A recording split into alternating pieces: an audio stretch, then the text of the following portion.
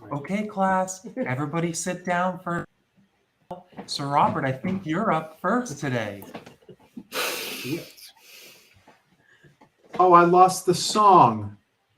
The music is gone from Riverside. Huh.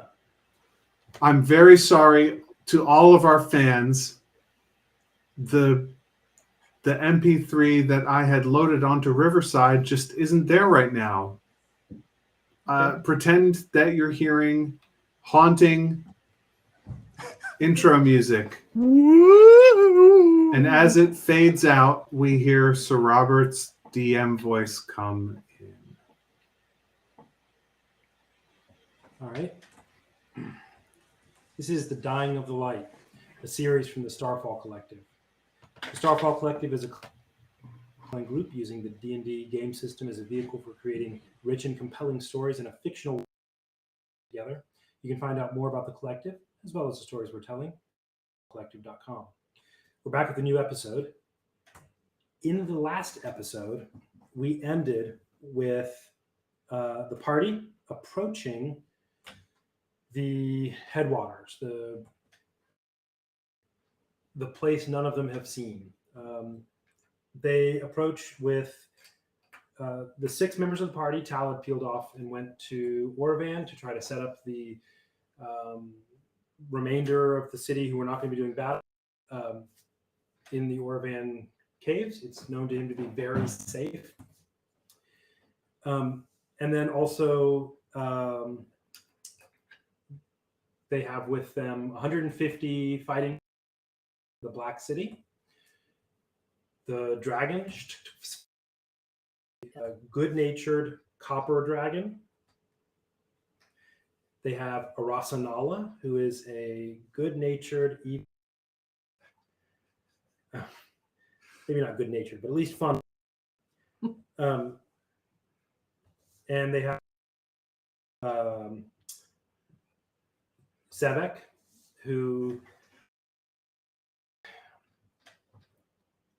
let me summarize him this way, and for our listening audience too.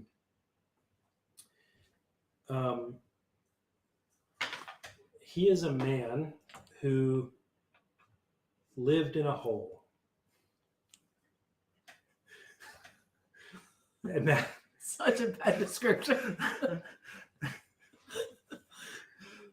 that hole is thousands of square miles, as described by what's going on, or at least let's call it many acres, hundreds and maybe tens of thousands, hundreds of thousands of acres, let's say.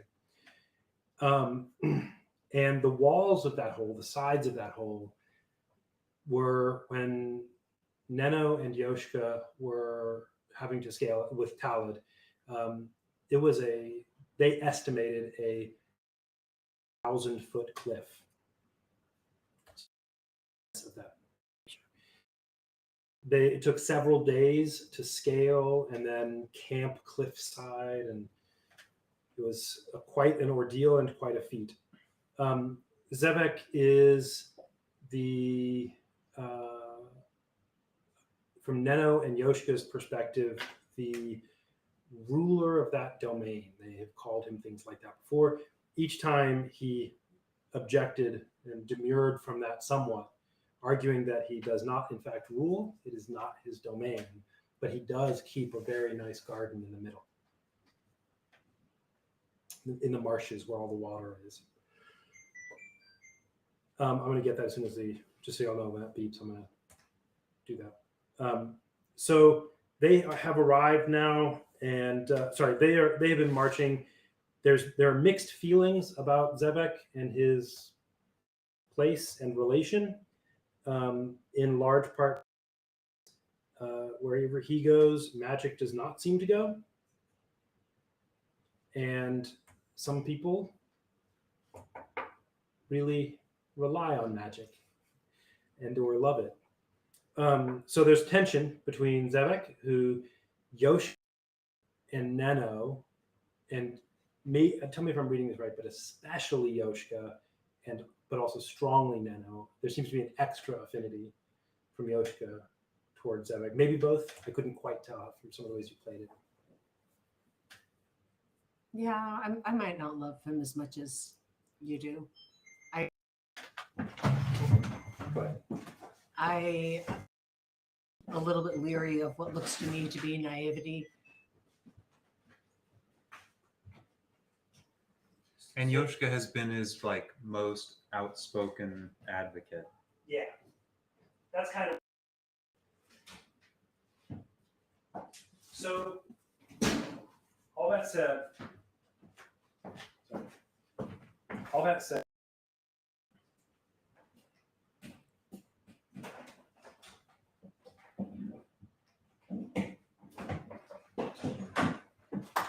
fridge.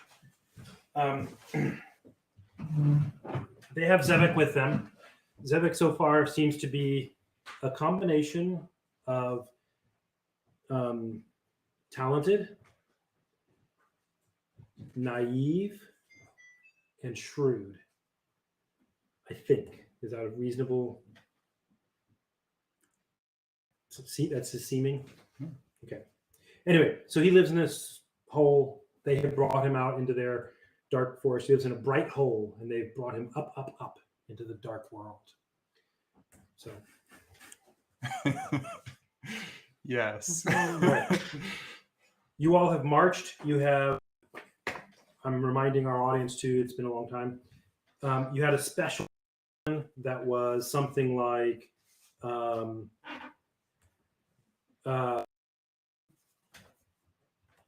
get in there. You goaded the Iron Bell by attacking and defeating them as in their policy of escalation. The last time there were hundreds of Iron Bell, which was to say a couple dozen soldiers increasing rank, right? Marshaling hundreds of beasts, hundreds of zombies and undead. If they keep true to form, they would have come back with somewhere between 50 and 100 Iron Bell. And y'all would estimate as many as 1,000 or more, thousands of as many. And they would come back with 50 to 100 Iron Bell, wrangling maybe several thousand creatures, whether beast or zombie.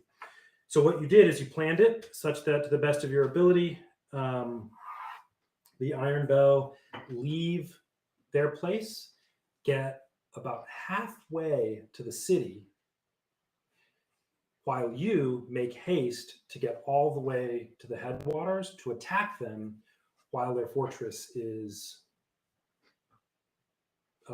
Hopefully unguarded. hopefully unguarded. Okay, I'm going to give you.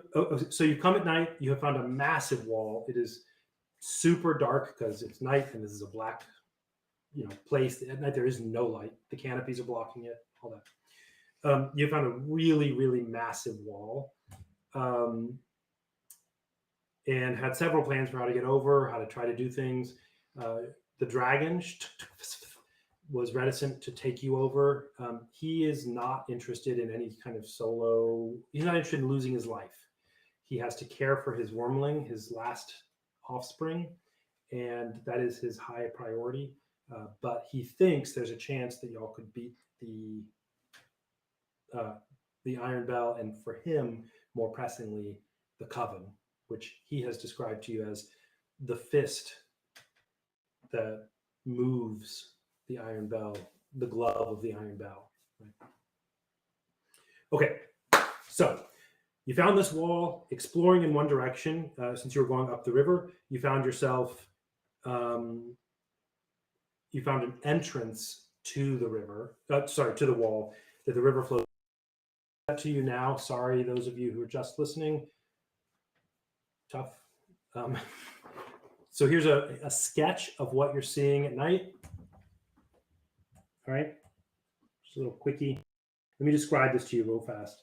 So this is from the perspective of, sort of like a drone flying overhead, where y'all were back on the river. There is a tunnel that goes through. Sense of scale. There's a table and chairs that are normal sized in there. It's a decent sized tunnel, and the wall is thick, as appropriate for a wall as tall as it is. It's dark, but on the side that you can see, sorry, But on the side that you can see, it's reasonably well illuminated by some torches. There are 2 guards sitting at a table, talking, doing whatever they're doing, right? Not seeming alarmed. The river is there. It's somewhat wide. It flows outward. There are 2 poles in the river with a rope between them. Your best guess, you know that the way that the Iron Bell takes tribute is by raft or boat up the river, and then they bring boats and rafts down the river. Your best guess is that one side is for down the river, one side's for up the river. You get to the center, pull on the rope, and because they're normally going to be poling, not rowing, but it's going to get deep here, and so they're probably pulling along that rope. The checkpoint makes it hard, and so this is what you're trying to deal with right now. Zevek has been in the water. Sorry, and I should say the water has black mist. All of this is like pitch black because it's dark. You have the circle of the night watch with you, which allows you to see as though it's light without being seen. It is a torch for you and nothing for others. Zevek had out of the water, sort of surprising you guys. He's like, "Hey, I found a way. I found some information." As he did, the water burbling around him very quietly. When it seems to something like boil, it's not loud. It's just like the mist is escaping quickly. It's more like carbon dioxide, more like the water's going flat than that it's boiling. Bubbles and mist and stuff coming out. So it's creating an extra misty patch just above him. However, the mist dissipates quickly because he seems to have some effect on the mist that carries this magic. But the part where he's touching it, it is fizzing like crazy coming off of him. He has said that the wall is scalable. That spot on the wall where below the table is scalable. And he faintly heard them talking, didn't hear much what they're saying or anything, but he heard them just chatting when he swam up. And so he recommended, hey, that's a way we can make an approach. Go right underneath them, stealthily climb up the sort of slightly craggy brick stone wall and see what's going on. So, fair enough. Inkatink, you have stayed back with Arasanala at her requirement that either Diamondback or you do so. You are not far from them. You're a 10-minute walk or a couple-minute jog, 2-minute jog. You know exactly where they are. You haven't seen this spot yet, but you're not far. Their mission right now is to go do recon. So they're trying to just see what's going on, how they can get in. And Toll and Diamondback, you were south of you were downriver of Yoshka, not south. You were downriver of Yoshka and Neno, trying to stay out of Sevek's field. However, you considered coming up and using the Circle of the Night Watch. I don't actually specifically remember, but I'm okay to retcon either way. Y'all either swam with Zevek, Yoshka, and Neno up to this place to do recon, or you stayed back and let them go. Which do you prefer, Diamondback and Toll? I think I'm fine either way. Okay. I think Diamondback would have gone with them. He's confident in his ability to sneak, and he wants to. Wait, where's Zebek? He went with them? Yeah, he's the one who said, hey, it looks like we can swim up. Yeah. Diamondback is trying to judge Zebek in this moment and is confident of his own ability to sneak, and so he's going to go with him. Yeah, I think Toll would actually stay back because he's not very sneaky and he relies heavily on magic. Okay. Toll, and Belvari will be with you. Toll, he's not here tonight, so he's going to be doing what people are doing. We're going to have Belvari with you, Toll. You could do things like hang out here and wait, or you could go back to Inkatink and Arasanala and for that matter, the army, and tell them, hey, here's what we found. They're going to do some recon and get back to us with info or whatever. Yeah, I'll do that. Okay. And I said that. Why don't you narrate that for a minute, Toll, as these guys swim off? I just forgot my dice, but you describe whatever's going on there. As in a Okay. novel. Is it a what? As in a good novel. Well, we'll see. maybe like a drugstore novel. Amazon self-published. Yeah, like with Fabio on the cover. Toll will take Belvari's lifeless body with him back to Inkatink and Arasanala and the army and let them know that we found a way in. They are going to do some recon and come back and tell us what they've found. There are guards that we could see, but I think he said there was only 2 of them, so that's not too bad. Inkatink is visibly disturbed and upset that Nino is part of this forward recon party that is putting her in danger in the very jaws of the Iron Bell. So I think Inkatink is pacing around and is running his clawed fingers through his feathers, trying to think of ways that he can be helpful from here. Is coming up with nothing and looks like he's about to burst. Toll will attempt to comfort him in his orcish way by saying, "This is what we signed up for," which probably doesn't help very much. Actually, no, that might help. That might help. I think Inkatink remembers that Nino is her own person who gets to make her own decisions. And I think that's something he had to come to terms with last time she disappeared for weeks on end, which feels like years. But truth be told, we've known each other for what? Couple of 100 days? How long has it been since we left the village? Since you guys left the village that you burned down? We had that one what's it called in a movie when they do like snippets and the whole kid grows from child? Yeah. We had that one montage that was a whole month and a half of traveling around up the Orvan area. Long cross-country travel. But I think even with that, it can't be more than 6 months / a whole lifetime. I was going to say, everybody lives such short lives here. That really is a good chunk, but yeah. So I think Inkatink pulls out his bag and his bag of holding, and he begins to show some items to Toll and to Belvari.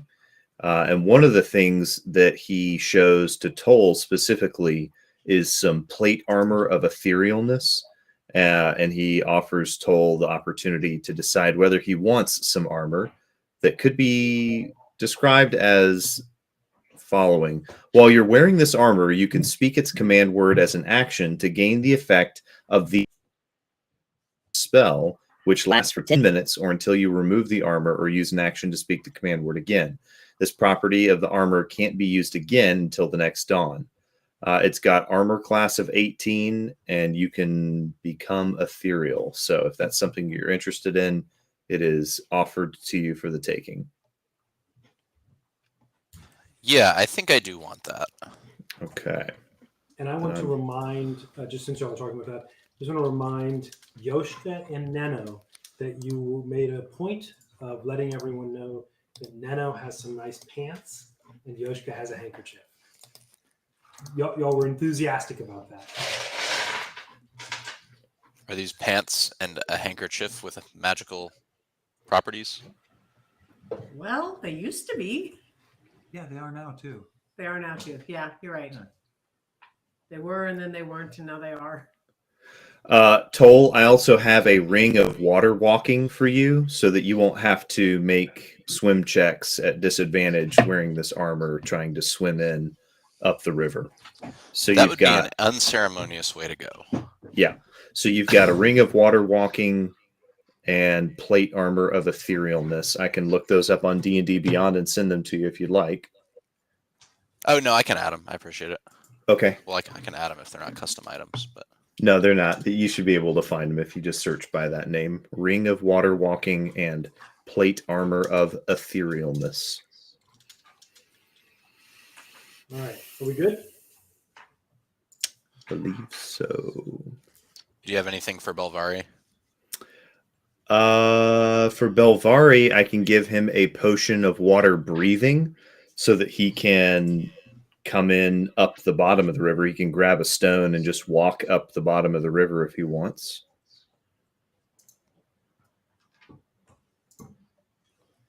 Why do I? That is quite stealthy, actually. And a potion of animal friendship if he wants to try to become friends with an animal. How'd you get all this loot? The secret is crime. Okay. It always It is. must be excellent. They too have an adventure. They all are not. Yeah, cool. Thank you. Yep. Do you have a way to make a note of that on Belvari's character sheet? Does he have a physical character sheet, or is he working off of a laptop and D&D Beyond? D&D Beyond. I bet Sir Robert Okay. could All have right. it. I'll give that stuff to him in the future then. Great. Okay, so you guys are off doing that, and you can ready yourselves for when you hear what news.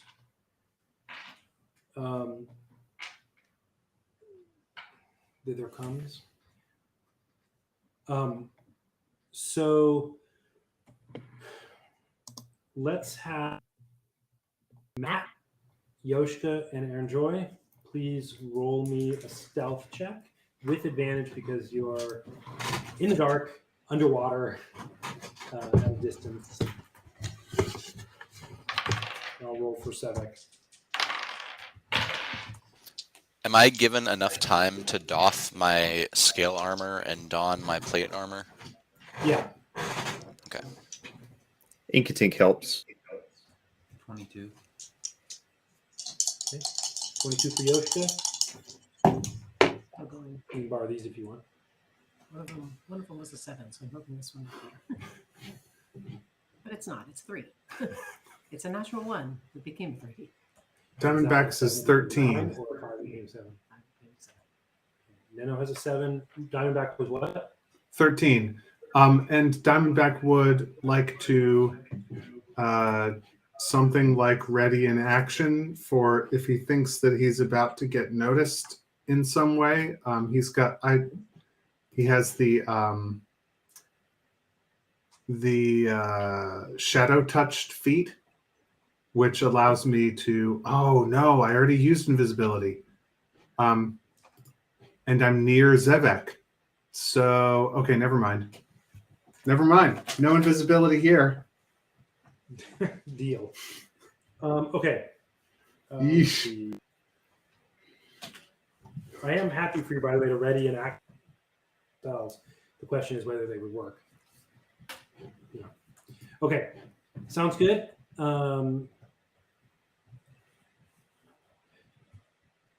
Y'all are swimming up stream. No, upriver is good. If you try to, if you swimming up the river will be about 20 minutes because you're going upstream. Stay close to the edge under the water and are pulling yourself along. Like you're just going up a river. You'll go a little faster if you reach up and grab the rope, but you may be more visible. Which do you prefer? Yoshka would go for the slower, more. Nano can't reach the rope anyway. She's on the wall. So y'all go on the wall. As y'all approach,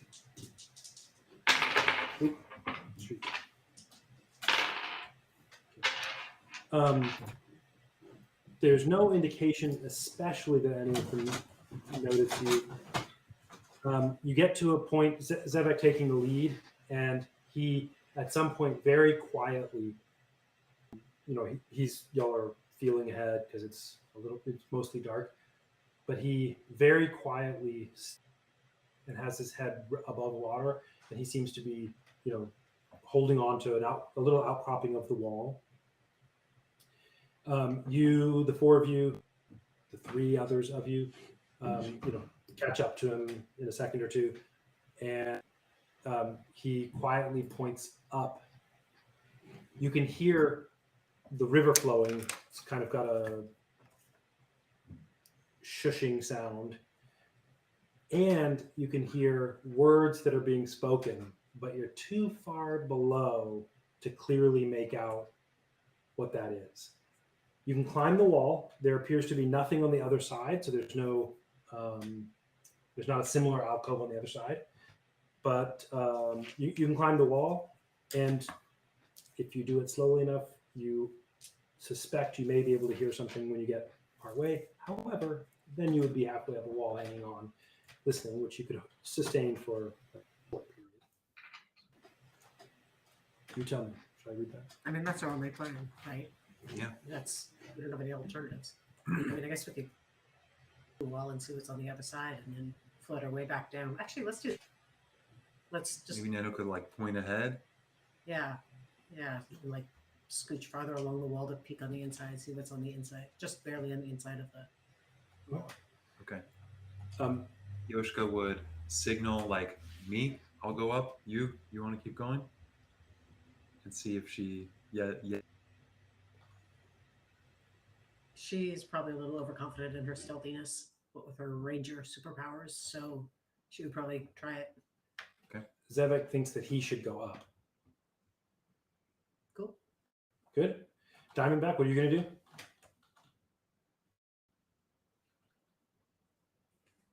Sorry, gonna follow Zebek, I guess. He's going to try to go up the little this thing and see listen to those guys / do something with them.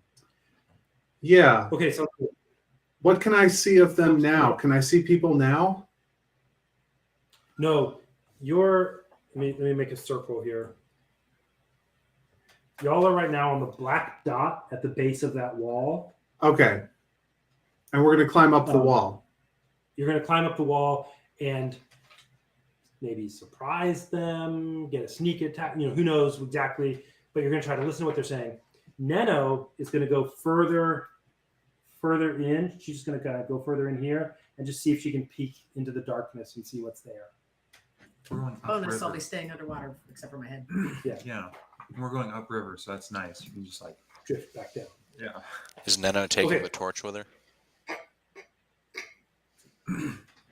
Is that Oh right? yeah. In So the there's alcove? is there light up above? Can we There's see? regular torchlight. Okay, I'll give her the Thanks. torch of dark. Torch So- with the circle. Yeah. Mr. DM, can I just Hey. Diamondback has equipped a magical item called the Eyes of the Eagle. These crystal lenses fit over the eyes. While wearing them, you have advantage on wisdom perception checks that rely on sight. In conditions of clear visibility, you can make out details of even extremely distant creatures and objects as small as 2 feet across. So is looking maybe through this tunnel, or is there anything that I can see that maybe the other characters couldn't see because I've got this magically enhanced vision? Yes, ish. It is already nighttime. These are the only lights you see illuminating anything. However, looking into the tunnel, like just looking through the tunnel into the part beyond,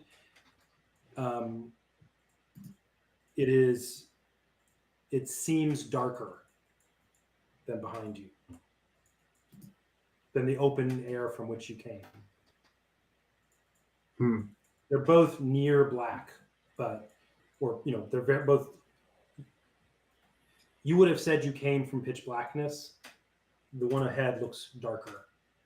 Does it seem like magical darkness? You can't tell from where you are. Okay. Cool. Thank you.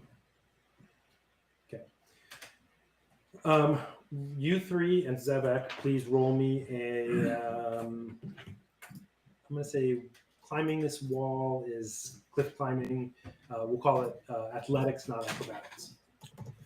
Yoshka, when he sees Diamondback's intention to climb up with Zevek, would try to let Diamondback go first, and as well as he can, while he's hanging on, try to help him. Okay. Tell me how to roll to, like how high is it? If I just stay there and he stands on my foot, will he be able to peek over? Or... No, this is maybe, so there's a table and chairs, maybe 15, 20 feet. Okay. Like above the water. It also is pretty deep. You're not touching the bottom of the pool. So we could only help him maybe a third of the way up. Zevek indicates that if he's whispering, if any of you have rope, he's happy to hold it over, tie it around his shoulder or something, and climb, and just so you could stabilize yourselves. Love that guy. Yeah, I'll totally give him some rope. Okay. He lets some rope drift. Okay, there's a modern. What's that phrase? Carry the team on your back, or something like that. Yeah. What is that? I believe you. Carry the he's offering just to, stabilize. And if he can find a good foothold, he'll, good footholds. There's no boasting in it. He's just saying. Yeah. Okay, I'm gonna have him roll a athletic with disadvantage. Athletics with disadvantage. You guys can roll athletics with whoever's climbing, I should say. Athletics with +3 in addition to whatever you're doing. The stabilization of the thing. Okay.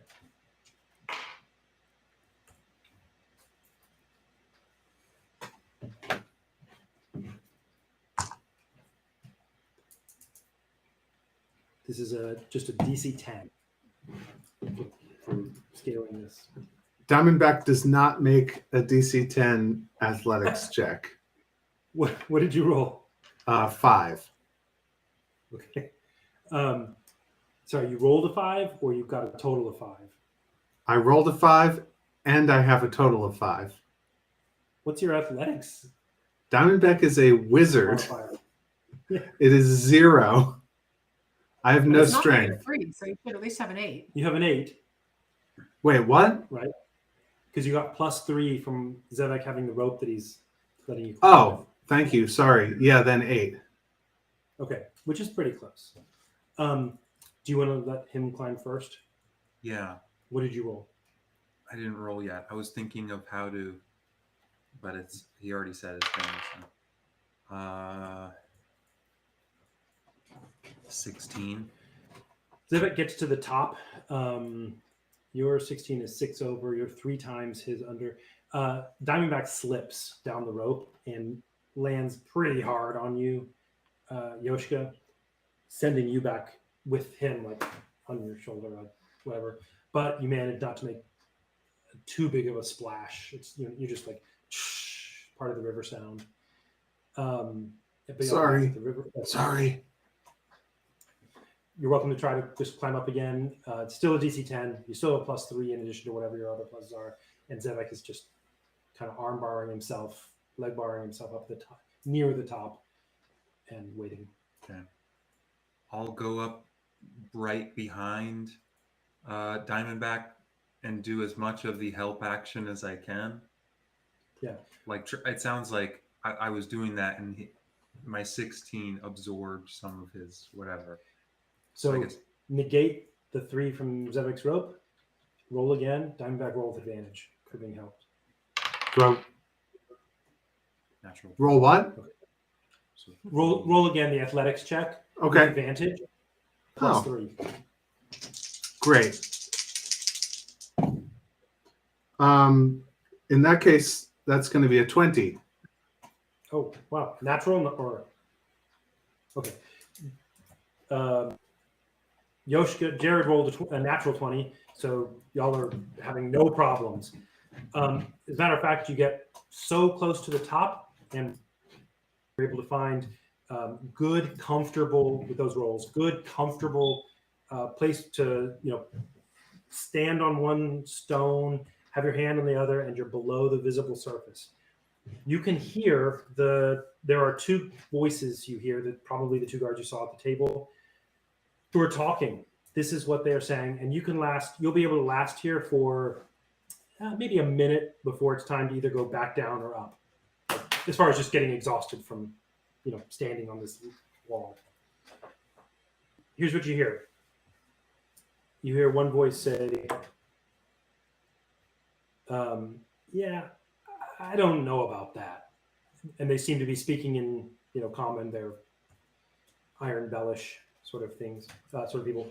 Yeah, I don't know about that. And the other, what do you mean you don't know? It's going to be amazing. That would be such an amazing. But the only way you're going to see it is if we were taken as soldiers. We'd be in the fighting. Yeah, but they gathered the force, the sheer just force of it, right? That's going to be the big deal, right? That's the thing to see. I wish I could have gone. Look, we got the better end of this, right? We don't have to fight, and a lot of people are going to die. This is a way better gig. Just being here, watching the river, then nobody's going to come up anyway. At that point, Yoshiko looks over at Zevik. Let's just freeze for a moment. You've worked out some kind of sign when either you yourself or like him to ascend. Feel free to interrupt this conversation at any point. Tell you when you're starting to get achy and you have to make a choice, or to go up or down, or you can just keep listening, or you can at any time think this is an opportune moment. So fair enough. You just say, I give Zevek the sign. Either one of you could give him the sign. There you go. But it is so dead here. There's nothing to do. Yeah, man. Nothing to do is way better than dying. I get what you're saying. Look, they gathered all those people, all those animals, all those, whatever those other things are. I believe that you don't want to see that. Look, they spent so long getting everybody ready. I assume they've left, but I don't know. There's a skeleton crew. I want to be on the skeleton crew. That's it. I don't want to go anywhere. I don't even care about all this tribute garbage. I just want to have the food, be left alone. Man, you're ridiculous. Yoshiko gives the sign at that point. The three of you are going to be basically able to ascend and stand there in the same time. However, it'll be in order: Zevek, Yoshka, and Diamondback. Right, just for athleticism, climbing up that ledge. You're going to climb with him. Yoshka has just given Zevek the sign. You're going to do that too. Okay, and Yoshka, you're going to also go up. Okay. The three of you kind of scramble / spring up to the top. Roll.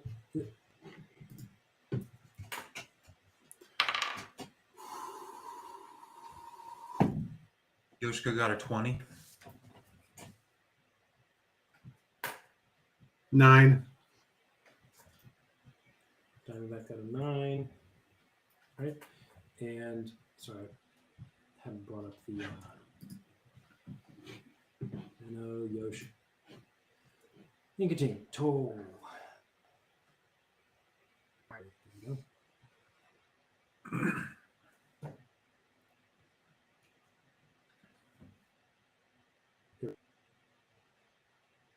whatever action starts, Mhm. that conversation's probably about as long as it would have taken Neno to scoot your way to the edge. Okay. Can she see anything or hear anything there? You see super faintly and not as far, not a little more faint than you would expect, where you see an occasional torch, but you can't see very far. You're guessing maybe 100 feet. It's dimmer than you would expect. There's a couple of torches peppering around. It appears to be something like a town on both along the wall, and then not very far, some kind of also black wall, like a physical wall, not like some kind of wall of mist. The town seems to be a couple hundred quote unquote, a couple hundred feet into the bank, along the wall on this side and along the wall on the other side. Black wall there, past it, that is separating it in some fashion. Is there No, you don't see any people or anything, and it's just got some buildings that are not especially nice, but they're stone. They're like Garrett's kind of. If you remember, he had a river stone kind of house. They're that kind of thing where it's made of like mostly stone and wood. is there plant life?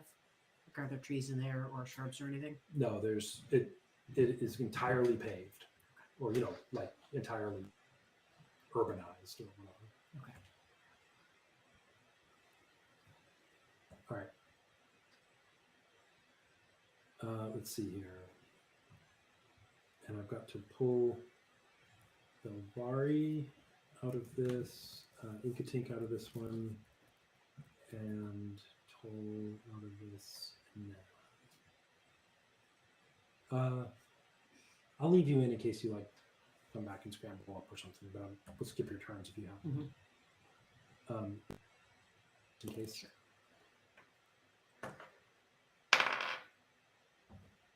2. Okay, sounds good.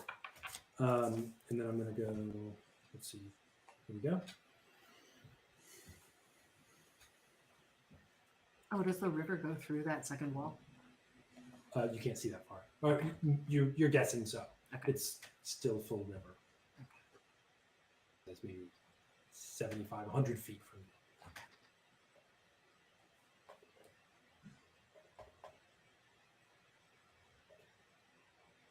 Okay.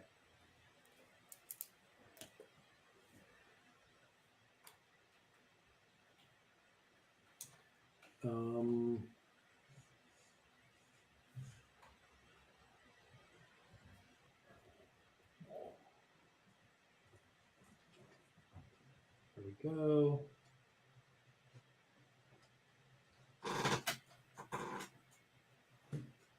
Run the encounter. Yoshika had 20. Diamondback had 9. And, whoops.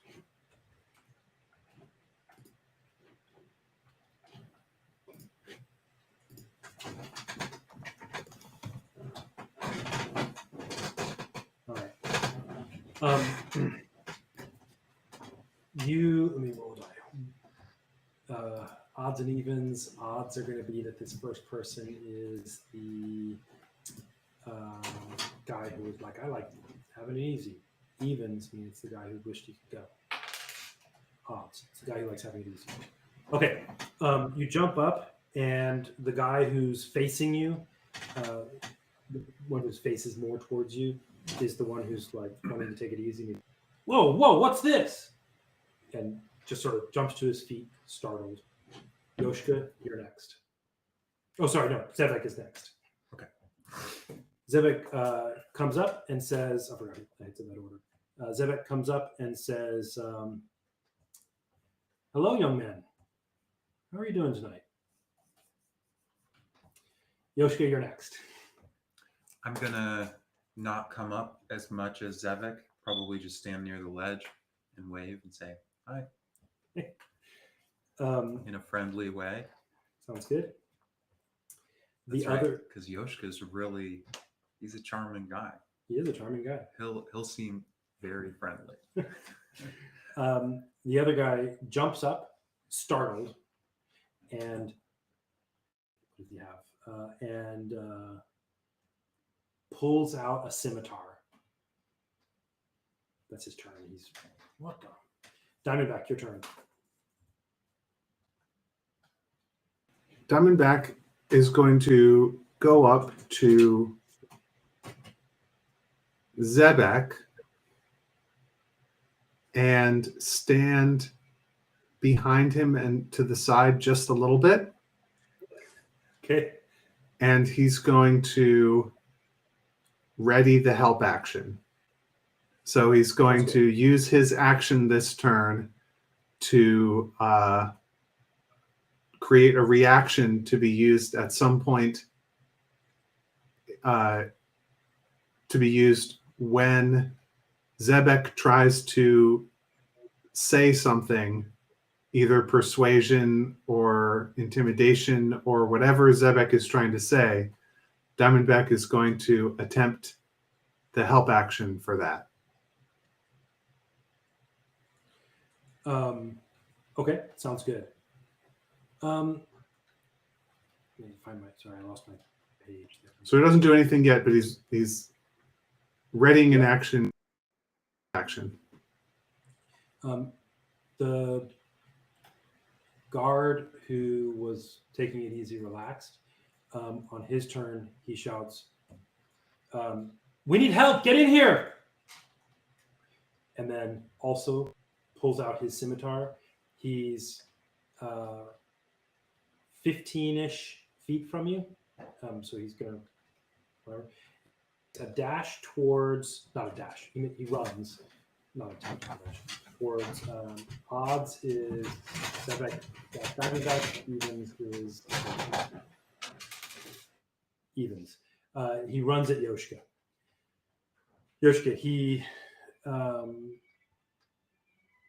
swings his scimitar at you. Let's see.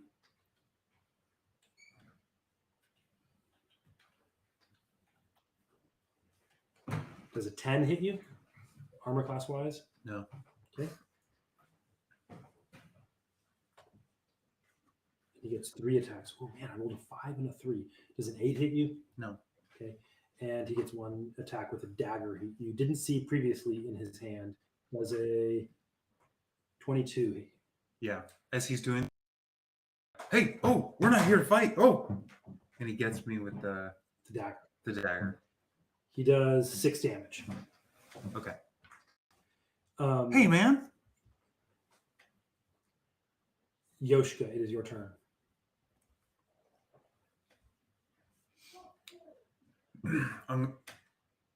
Wait, it's my turn?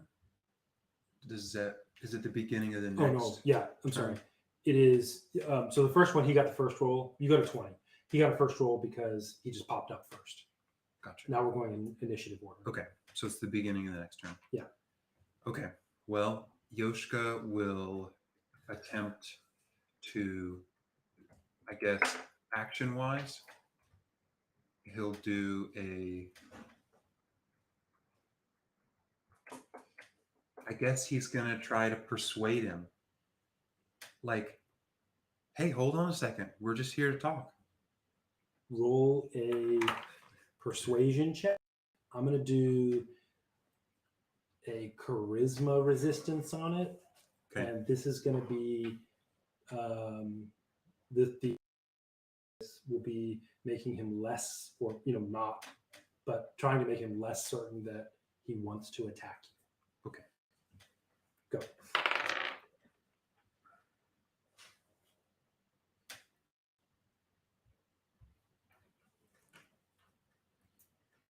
$15. Is a 21. He doesn't quite buy it. Wait a minute, this sneaky guy coming up in the middle of the night. Whatever.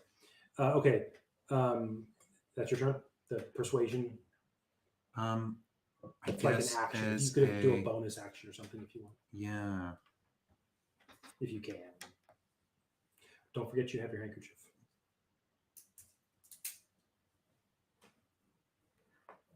That's right. Oh yeah, and I have Okay. Thanks. You're reminding me of all the stuff I can do. So Yoshiko would actually want to be. He has 3 attacks.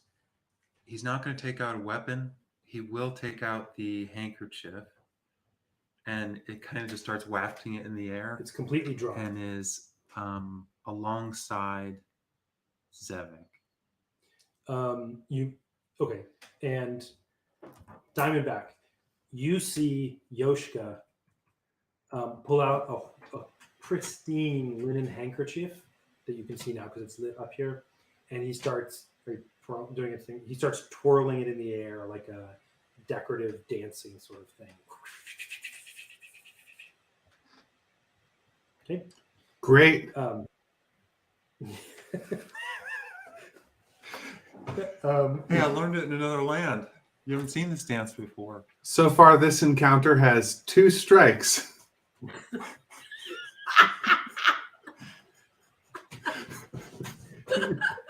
The other bandit is going to run at Zevek and Diamondback. I'm going to roll a d6. Diamondback, you're behind Zevek, so he's the easier target. But with a 1, he's going to attack you, Diamondback. But with a 2, 3, 4, 5, or 6, he's going to go for Zevek. 4. So he goes for Zevek. He runs at Zevek with his scimitar flashing, and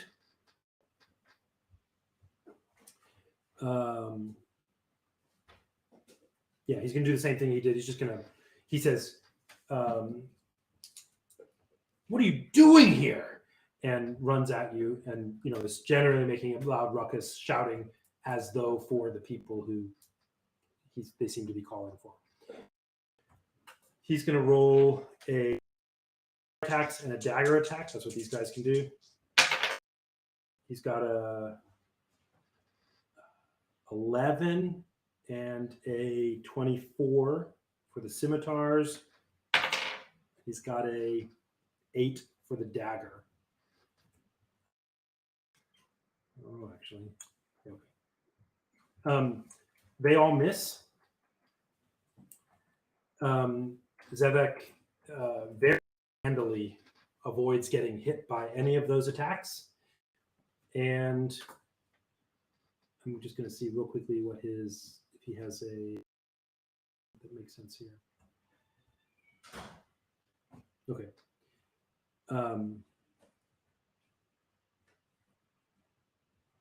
Okay. Yeah, so the guy comes and just with a 24, 11, and 8 on his attacks, and Zevek just has absolutely no problem. They're not even close to hitting him. It is now Diamondback's turn. Nano, as soon as she starts to hear the yelling, lets herself be washed back in the direction of the dangling rope. Oh, okay, sounds good. Diamondback, sorry, it's Zevek's turn. Zevek, this guy's right there in front of him, swinging at him and stuff.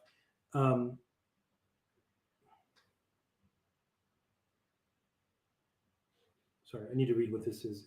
He has a couple of things I can't remember exactly there because it's been a little bit.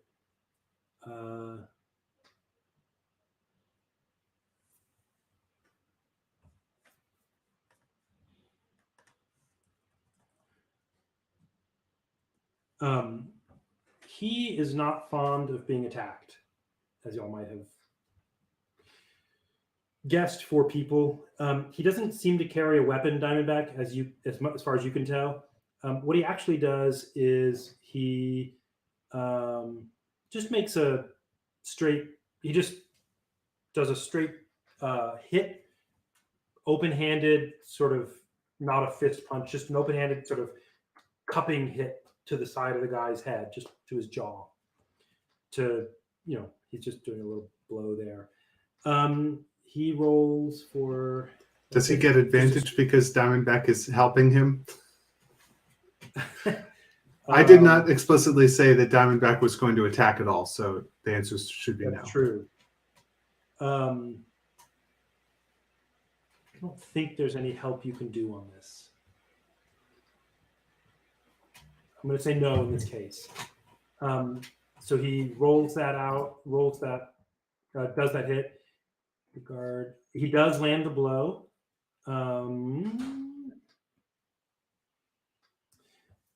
And the guard takes 15 damage. Let's see, where are we? It's a heck of a slap. And then and he again just says strongly, "Stop it." And I'm just gonna, that's all he says. And I'm gonna, That he should get help on from Diamondback. absolutely, I'll let you get help. I rolled an 8 on that one. Diamondback is like, yes, stop it. Do what he said. And with that help, he gets a 15. He rolls a 15. Hearing that and the strength and sort of power of that discouragement, he staggers back about, I'll call it about, well, I'll roll for how much he staggers back. Staggers meaning like is unsure of himself doing whatever. He staggers back about 5 feet, so he's still just in range, not opportunity attack. Diamondback, your turn. Okay, so Diamondback saw Zebek actually strike this guard physically. Yeah. Okay, great. Now he's willing to give him a chance. Well, I because think he struck the guard physically, and it was a serious hit. 15 damage to give you a sense of scope. how bad does the guard look?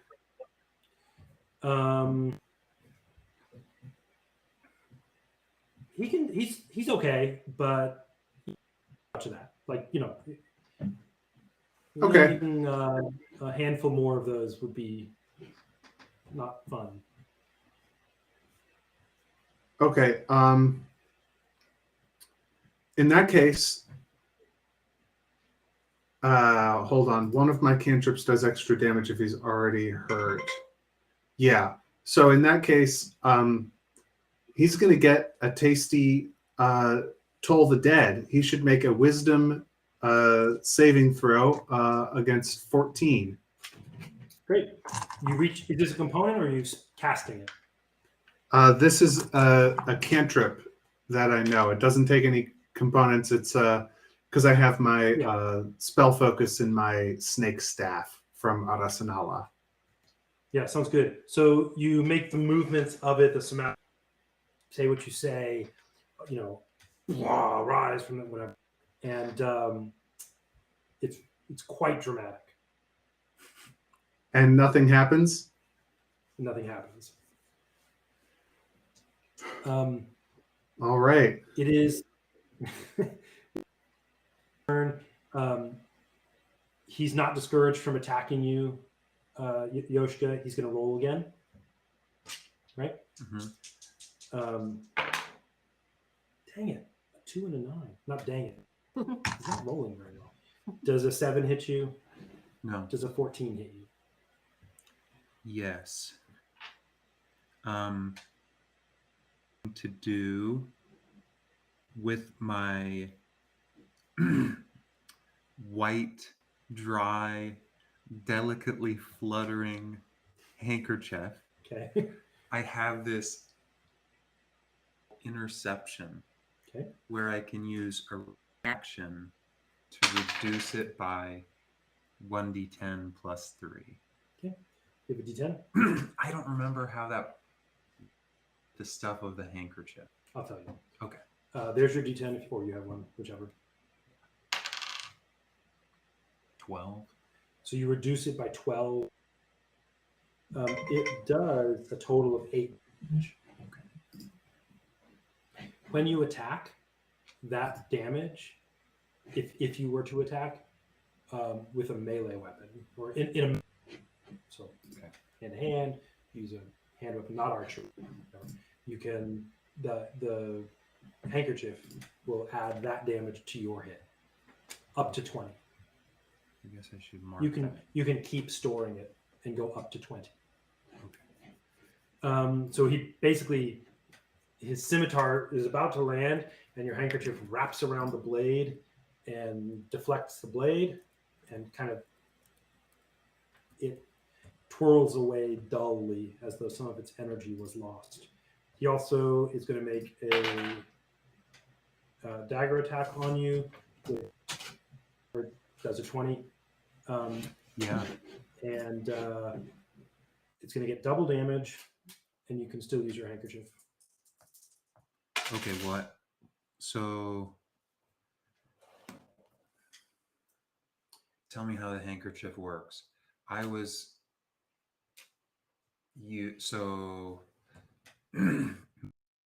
disentangle this. Have the handkerchief and it can do something. Do I use my reaction whenever I do it, or do I Right. have to be doing the dodge action No, already? it's just or- when something happens, you can interrupt. I guess you get one of them per turn. So Okay. yeah, it's your reaction. So you Okay. used it on the scimitar. The blade hits you for 11. The Okay. dagger hits you for 11. Now storing 8 damage in it. The handkerchief is, which if you were to return the blow. Yoshka, it is now your turn. Okay.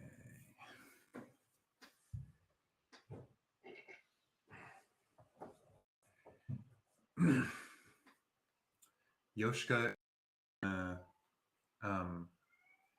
burst into, you see Yoshka burst in this grappling way with the handkerchief in his arm, and he's going to try to pin this guy, which takes 2.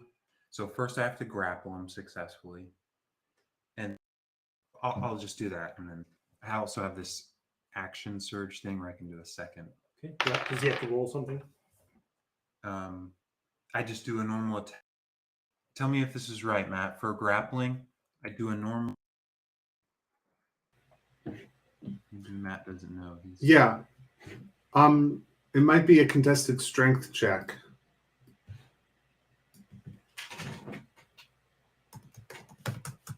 I can look it up here too. I'm pretty sure it's a strength check, Use the but it attack to takes make a- your attack. grapple must be no more than one size larger. Okay. A strength Yeah, it's- check contest that targets dexterity the target Yeah. chooses.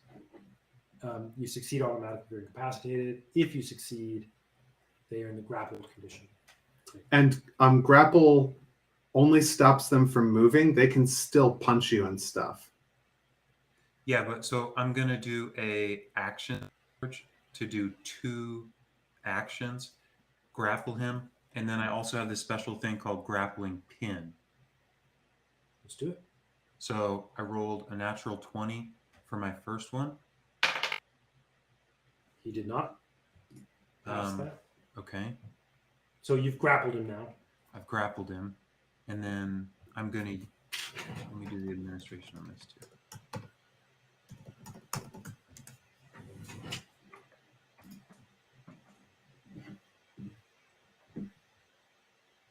Action surge. You gain the following advantage on attack rolls against a creature when you're grappling. You can use try to pin a creature. To do so, just make another grapple check. Yeah, so I'm gonna do that. Not so good this time. 16. Didn't get that, I'm sure, with my bonuses. Okay, so I'm grappling with him, being like, hey, you don't have to die. We didn't come to fight. All right. The bandit next. And I still have my hands on him. I'm like up close Yeah, and doing my you've got him grappled, jujitsu on him. right? Yeah. You've got him grappled. You just don't have him pinned. Yeah. Okay. The other bandit, who's sort of staggered back from Zevek, I'm going to do a check to see if he is ready to re-engage after being dissuaded. He is not. He looks very uncertain what to do and bolts towards the back of the room. So, like, away from you guys. Zevek's turn, and then it'll be Diamondback's turn. Zevek quickly over to the guy you're grappling. Let me just check to see what the grapple condition does. You're both grappled. The grappled creature's speed is 0. It can't benefit from bonus to speed. The condition ends if an effect is removed. Okay. Oh, so, okay. It just basically freezes them Yeah. in a sort of fight. Yeah. Okay. It is Zevek's turn. He's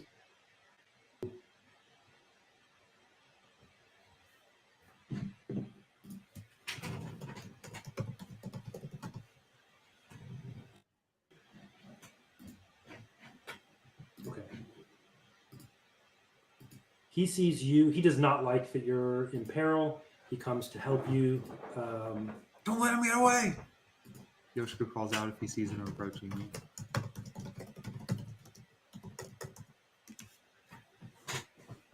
I'm trying to understand.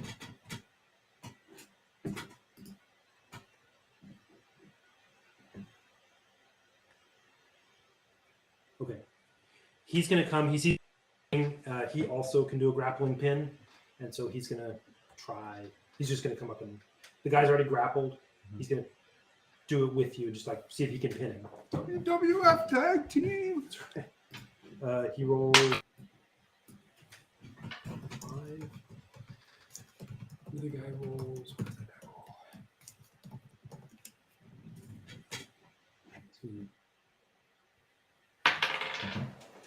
did that guy roll?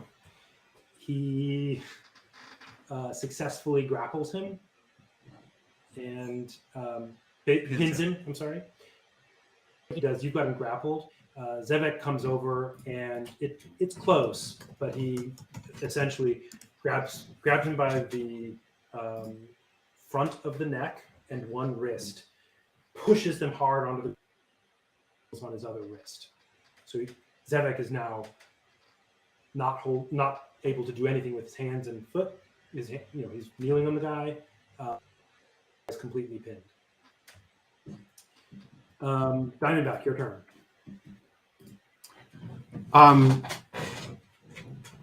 So there's one guard that's pinned by Zebek and Yoshka together. Yoshka's now free. He's ungrappled. He's not doing anything. Okay, Zebek and there's is another only guard dead. who's still standing. Yeah. Running. How far away is he from me right now? 30 feet and near the back wall. And he Okay, He's the Herman, yeah. great. I'm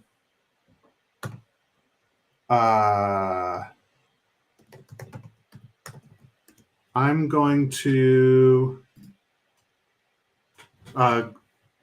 go 30 feet to him and I guess I'm going to push him. I'm just going to push him prone. There's a shove action. Okay. Using the attack action, you make a special melee attack to shove a creature, either to knock it prone or push it away from you. I want to knock it prone. I make a strength athletics check contested by the target's strength or dexterity, athletics or acrobatics. It's kind of unlikely. My athletics is 0, but we seem not to be killing them, and all I've got is this very sharp dagger and spells that don't work. He's got a 20. He rolled a 22. Yeah, I completely fail. I push it in ineffectually, like a child. But it was brave, Diamondback. I run up to her and I'm like, eh.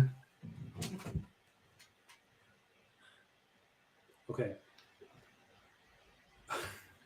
Great. Now it is. Can the guy have a little horsehair helmet, and so Diamondback sees the horsehair and just like freezes up in the headlights? Sure. And it was really that hoof medallion. Okay, it's that first bandit's turn. This is the one that is currently pinned. Iron Bell. Yes, I'm sorry. Iron Bell's turn. He is currently pinned, and I don't actually know how you get out of being pinned. Can you get out of being pinned? Let's see. Pin him. Do so, make a note. If you succeed, you and the creature are both restrained until the ends. Okay, so he's just Zevic's just holding him, and he can't do anything. Sounds like- Okay, it is Yoshika, your turn. The guy's just on the ground. Okay. Yoshika's gonna run after the guy running away and Mhm. try to grapple him from behind. Okay, roll it. Oh man. He rolled a 10 Okay. to resist. Let's see. If he'd rolled that to resist me, he'd be on the floor now.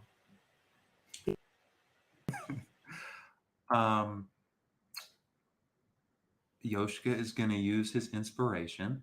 Okay.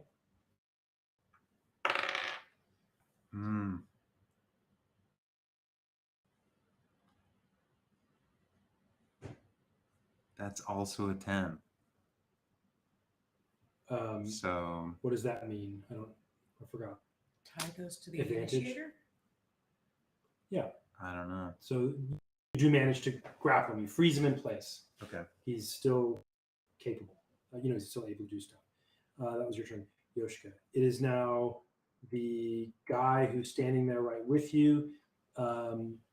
He's having been grappled and sort of turned. And I'll mention Yoshika's still talk to him like, hey, just hold on a second. We're not even fighting you with weapons. He's now just shouting, help, help, help, help. He was intimidated by Zevek's, cut it out and not getting hit and giant blow. It's Zevek's turn. Zevek is going to.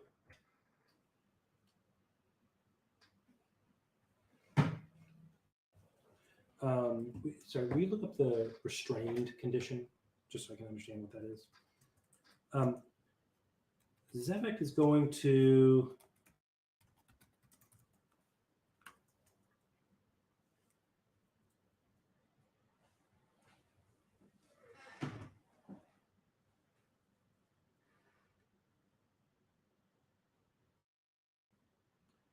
Sorry, one sec here. Oh, that's the one I think I want. A restrained creature's speed becomes 0. It can't benefit from any bonus to its speed. Attack rolls against the creature have advantage. The creature's attack rolls have disadvantage. The creature has disadvantage on dexterity. That's the kind of thing you're trying to do, right? You're trying to restrain him here. Yeah. All right. Because of his panic, that's okay with me. It was like just a grappling. They're contesting against you. He's like, that. So that we'll have that be the thing here. Sorry,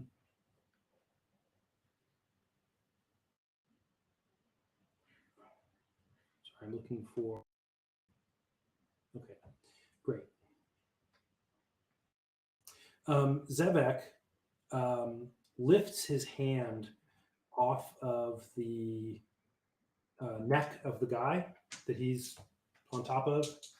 I have to see. I have to roll actually. Where is it? Right here.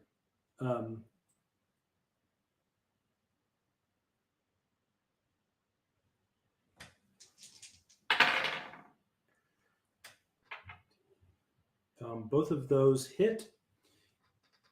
So he just pop, pop on his temples, on the guy's temples. There.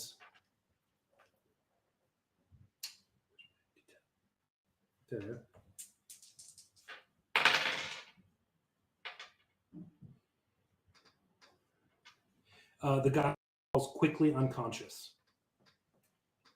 That guy is now. That's this guy. He was the unhurt one. That guy is now unconscious on the ground. And Zevek stands up and sprints to you guys, but he can't do anything else because he used his turn already. Actually, let me just make sure if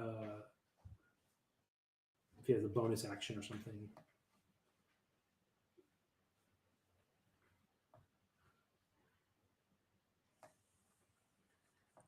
Oh, actually, you know what? He actually runs over and is able to also hit this other guy again, or try to. He super does with the 17 damage with another swack to the head on this guy. Just again, open-handed hit. The guy is in very bad, significantly bad shape for what he's doing. Diamondback, your turn. One guy's incapacitated on the ground.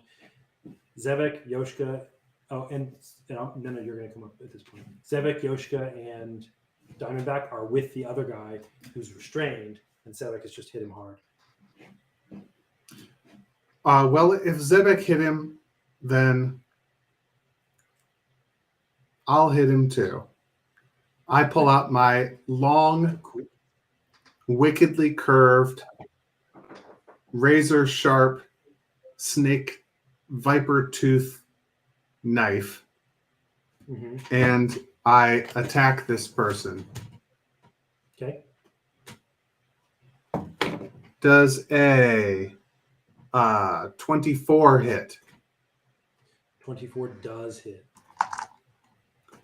That is going to be a mere actually not bad.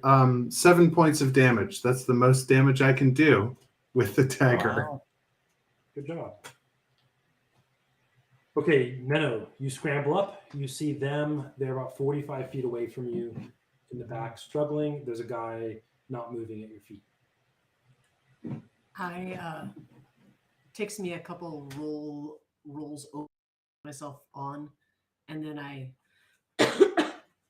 trip mildly comedically as through the wet skirts, and I get to my feet and kind of waddle 10 or 15 feet in their direction just to get close enough to see what's going on. Then pipe up. Reinforcements have arrived. Any actions or anything? You're most of the way there. You're still 50. As you arrive and say that, Even though he was in the thick of some grappling. as you arrive and say that, door bursts open. The one that he was. More of these guys, Iron Bell, come into the room. It is now Yoshka's turn. The incapacitated guy doesn't go in. He would have.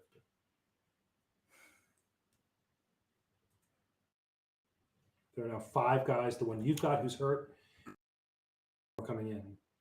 Okay. Is it different? They have weapons drawn. They do. Same basic equipment.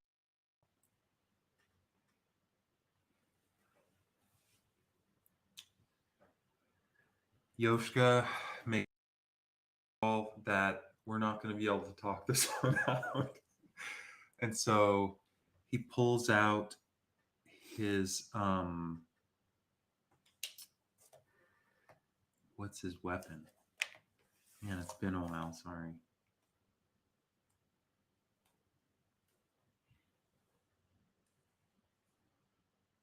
Isn't it a quarterstaff? Or does he have a knife or a sword? Let's see. He's grappling this guy right now, but he has a pike, which is a 2-handed weapon. So he's got to make a choice what he's going to do.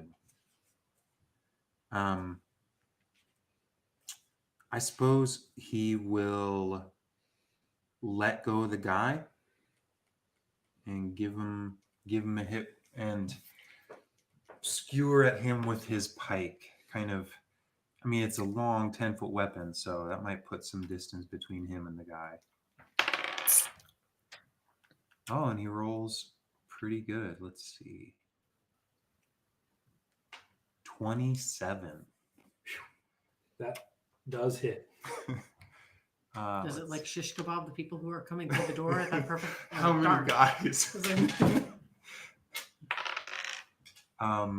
Doing 5 damage. Okay.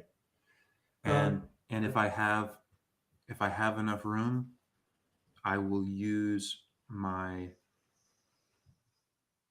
I'm not sure how this would work. Because when you're engaged, so a pike is 10 feet long, and I can hit people from 10 feet away. Mm-hmm. But I'm like with this guy, and I'm hitting him. I'm like right up on him, and then I suppose I take a step back, pike him. Unless I was pushing him, also, I think he would probably still be within 5 feet. Mm-hmm. Okay, so I'm still engaged with him. Okay. It is his turn, the bandit's turn, the one that you just. Oh wait, I can also. Sorry. Yep. Can I? I'm holding a 2-handed weapon. Can I have the handkerchief in one of those, or does it need to be with a 1-handed weapon? One-handed as weapon handkerchief. Because it has to dance. You have to be twirling. Yeah. Okay. Okay. Okay. Good. It is the bandit's turn. He's shrieking and he lashes out with his scimitar to the nearest person to him, just slashing. Nearest person, Zevek, which he misses. It is Zevek's turn. Zevek sighs deeply and like, and says,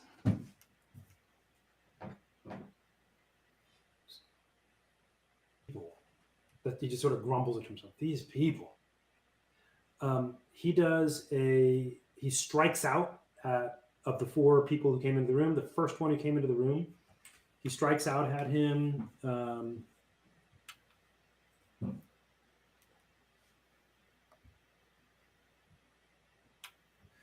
And the guy, and he just hits him in the chest, and the guy takes a step back, and he spins to the second guy who came in the room and hits him in the chest too.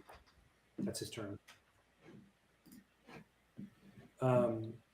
One of the bandit captains, the ones that are in the front there, they strike at Zevek. I'm just going to roll all their hits. You mean Iron Bell? I'm sorry, Bandit. bandit. Okay. I mean Iron Bell. Sorry, yes. I'm going to roll all 4 of those bandit captains. They're right at. Actually, yeah, I'll roll them all at once. So maybe you could do the Iron Bell have distinctive, how uniform are they? Do they look like an army, or is it kind of just ragtag? Something like tend to wear Iron Bellish stuff, but they also are the only ones with any kind of metal armor or anything like that. So they're not. Imagine a group with the same leather jacket. Okay. That's the kind of uniformity they have in a world with not much. They don't have a distinct Iron Bell logo or hat. Okay. They don't really need that. Okay. I'm going to roll. I guess metal is that. Yeah, that's right. Okay. It's the leather jacket thing, right? The Hells Angels or whatever. I'm going to roll for the 4 guys who just came in. They're all going to be attacking Zevek because he's the guy right there. I'm just going to roll them at once. And then I need 2 more of those. Or 3 more dice for the one we're going to drop. 1 more. Oh, perfect.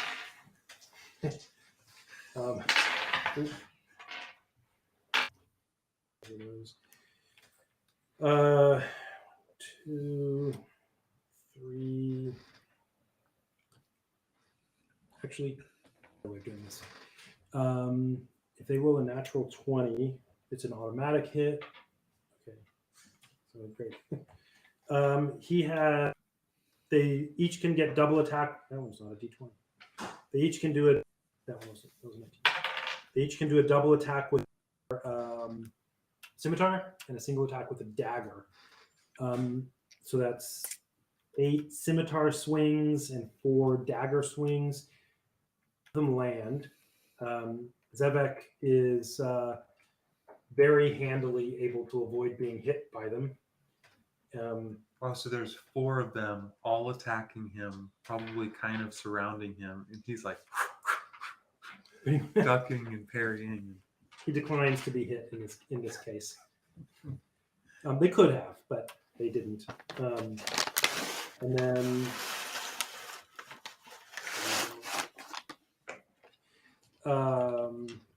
it is now Diamondback's turn.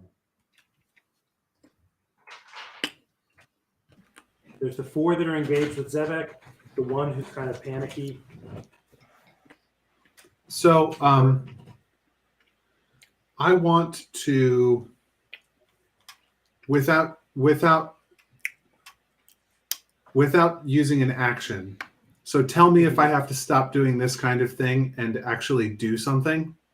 Okay. I want to look at Yoshka, try and give Yoshka a significant look. Like, how bad is this? Is this really bad?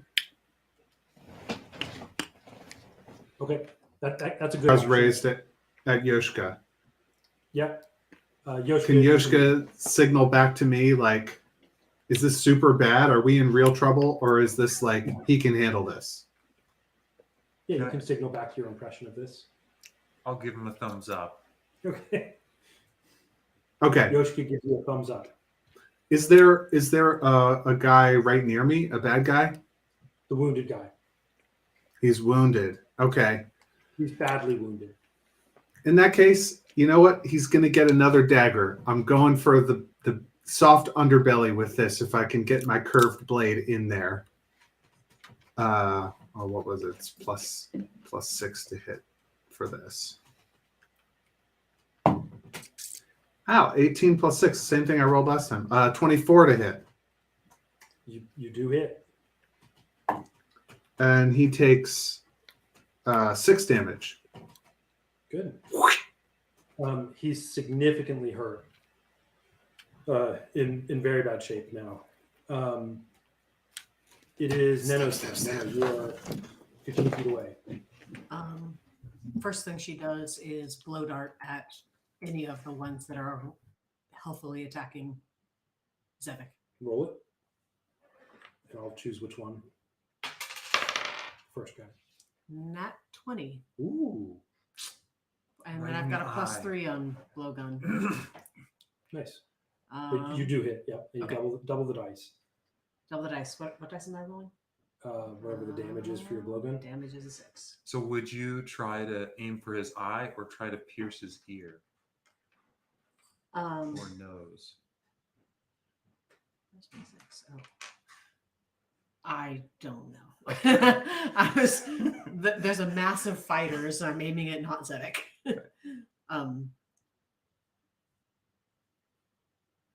So I'm not sure what I'm looking at here. It says hit / DC is +9. When I click the blowgun thing, it says damage is 6. Is that the +3 of my blowgun changing the 6 to a 9? Nope. Your damage is just 6. Damage is just It 6. just does 6. Okay. What does the hit / DC of +9 mean? When you roll to see if you hit, like you roll your 20, you already rolled that. That 20, right? Yes. +9, 29. Got it. Okay. Thank you. All right. I just rolled a 6 and got a 3. No, it's not a No. D6. You Not a just D6, do just 6. 6. Okay. I did 6 damage. Great. That's nice. There's no variation. Okay. Okay. Man, I wonder how many years of playing D&D it takes before that sinks into me. Audience, keep those- Wait, but how does she double her damage dice if she just does 6? She's just going to do 12. That's not bad. Yeah. Whew. It's a But blowgun didn't she- plus 3. Didn't she have a critical hit just then? Somebody was talking about doubling your damage dice. Yeah. So her damage is 6. She's doubling it to a 12. Very nice. It's great. That was really good. The guy, and I'll just tell you, he is not long for the world. Do I have anything else after that? Like, If you have I stood bonus back actions, and blew. you could run at them, I would, but you can't take another action Right, unless you have some special thing. right. I would at that point run toward the mass of people, while pulling out my own scimitar, my Okay. sickle. Yeah. Great. So in there, it is the incapacitated one. Yoshka, it's your turn. There's a guy who's super, It's the beginning of the next turn. Uh-huh. Okay. super hurt. He's the guy you just piked. Yeah, I'm gonna pike him again. Roll it. Oh Let's yeah. see. Just one. Ooh, don't think so this time. Let's see, what's my 12? It does not hit. You Okay. slap that pike in, but it doesn't quite land. Okay. And let's see. Any other bonus actions I can do?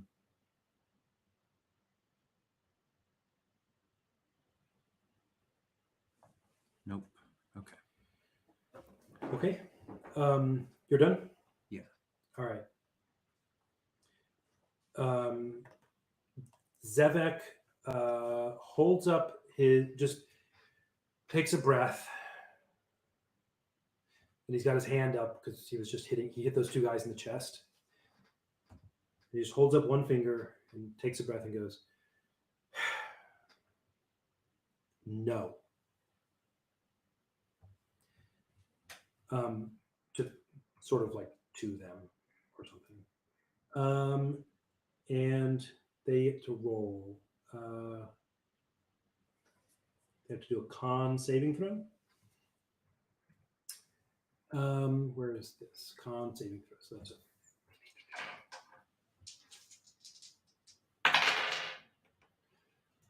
They're using their constitution to withstand the power of his spoken word. For what he's doing here. Okay. Let's see. And they fail. Both of those two guys collapse to the ground dead.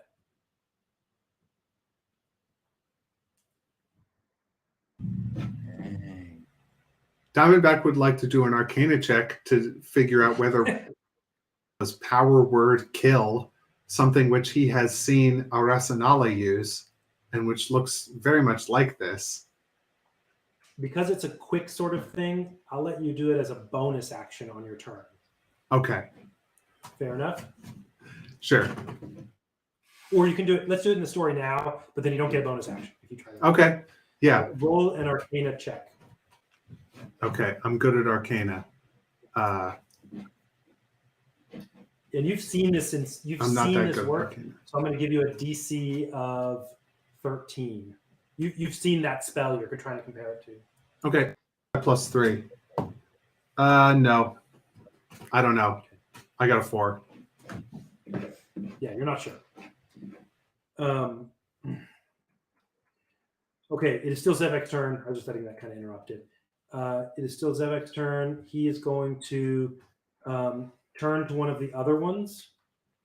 Actually, to one of the other ones. And he's going to attack that one. Oh, got my die. Both of which hit.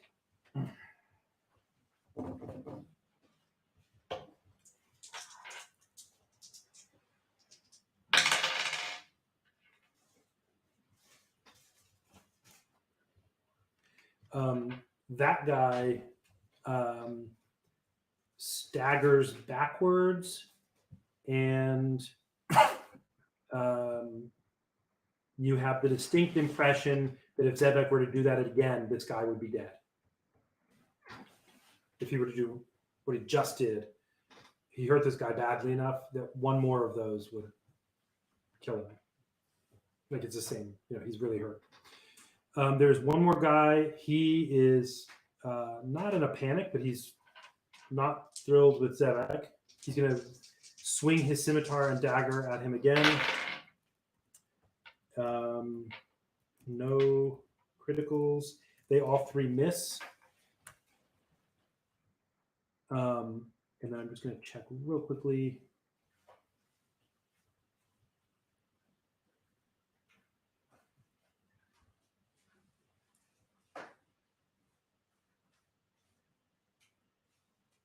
Okay, that's a different thing. Okay, great. That's all. It is now Diamondback. Your turn. Excellent. The guard standing near me is still up. He's still alive. Yeah, but just barely. He's hunched over. He's getting the knife again. That is going to be 13 plus 6. How's a 19 against his AC?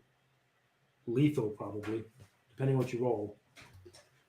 It Well- dies just like its other friend, or else it gets the knife again. Yeah, that's going to be 7 damage. Third knife in the gut. Stab, stabbity stab. Wounded deeply and falls, gutting himself on your dagger, your curved blade. Eviscerating Sweet. himself. There's Nano, your turn. You're up there. There's one that is wounded, all the like really badly. Zevik just hit. He's still in the fight, and then there's one who's pristine. Untouched? All right, I would load out the untouched one. You ran up close. You can't blow it up. You're too close Okay. for blow darts. Then I would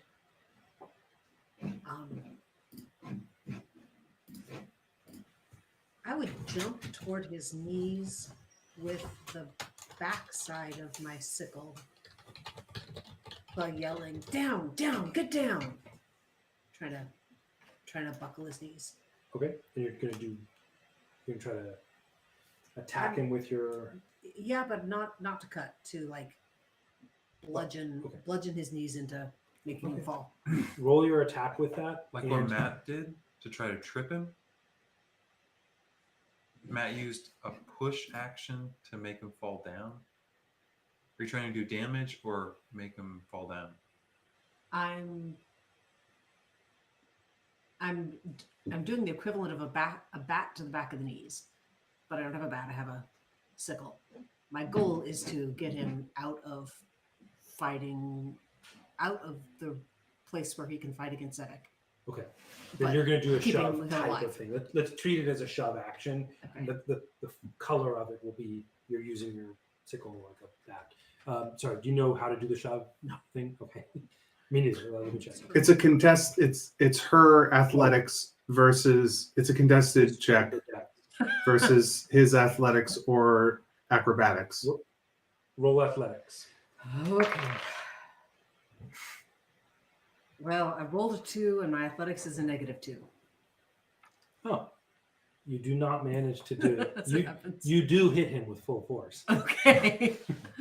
It doesn't buckle him out of the way, but you're now there underfoot. and some quite intimidating commanding of what he That's right. should be doing, which is get down. Right. Get down.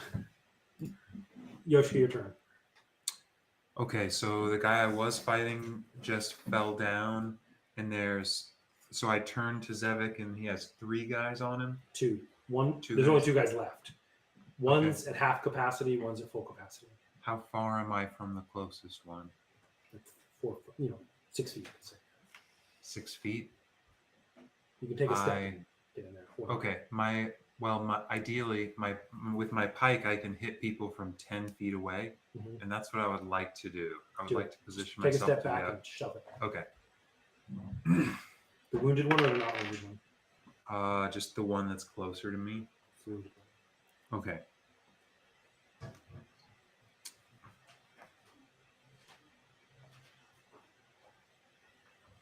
So 21 to hit. You definitely hit. Yeah. For 10 damage. Great. Okay. And you know what? What? I will do a I will make it a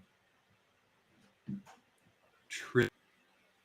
Expend when you hit with a weapon attack, you can expend 1 superiority die to add the total to the roll, and he has to, if he's large or smaller, he has to make a strength saving throw DC 13, and on a failure, I knock him prone. Okay. So I add 3 damage to my 10. Okay. He rolled a 14. Stays afoot. All right. It is Sevek's turn. He is going to attack the one that is wounded.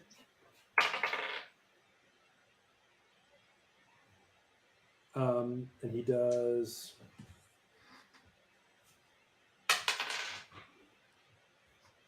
That guy falls and is incapacitated or dead or whatever. And then he attacks the other guy who's now still fully standing. He hits him and he does. Actually, sorry, you know what he's going to do? He's going to attack him a slightly different way.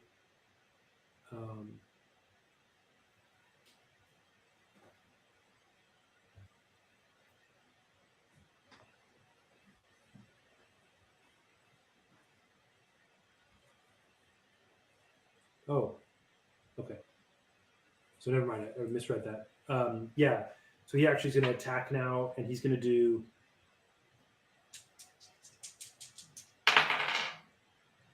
Those both hit. One with double damage. You got a nat 20, nat 20. I'm going. He's hitting Zevek. No, this is the Zevek hitting the last standing guy who has not yet been touched. No, you're good. I need to do 10. Here it is. He does.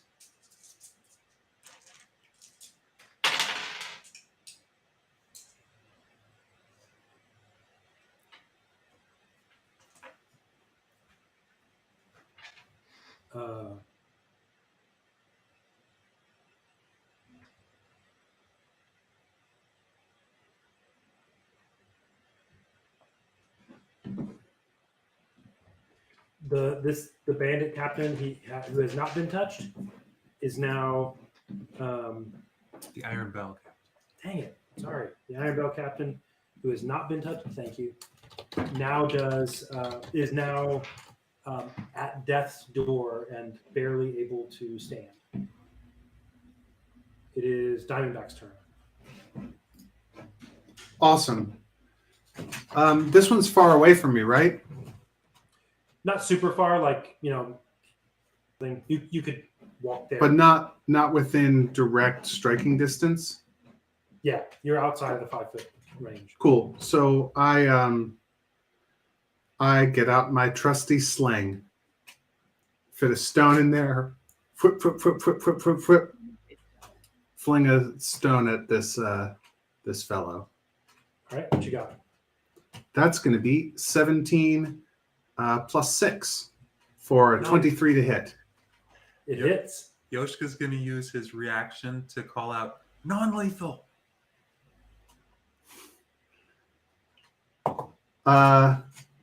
Is 1 plus 3 equals 4 damage.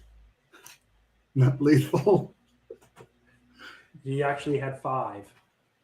He's got 1 hit point left. That's right. So real quickly, just to let you know, there's also an unconscious bandit, that very first one, laying by the water's edge. Yeah, that's right. Yoshika, your turn. Okay. Oh no, sorry, Nana. Turn. This is the one you were standing at the feet of.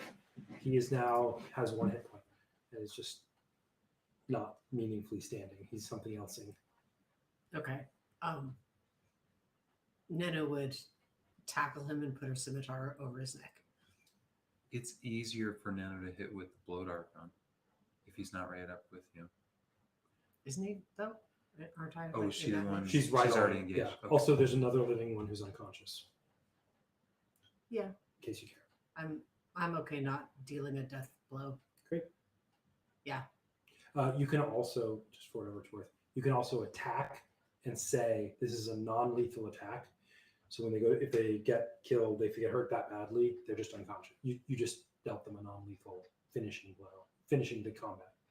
That's like a thing you can do in D&D. He's currently conscious, right? Yeah, he's there and he could attack. So He's standing. yeah, she's gonna try and knock him to the ground and Non-lethally end the fight.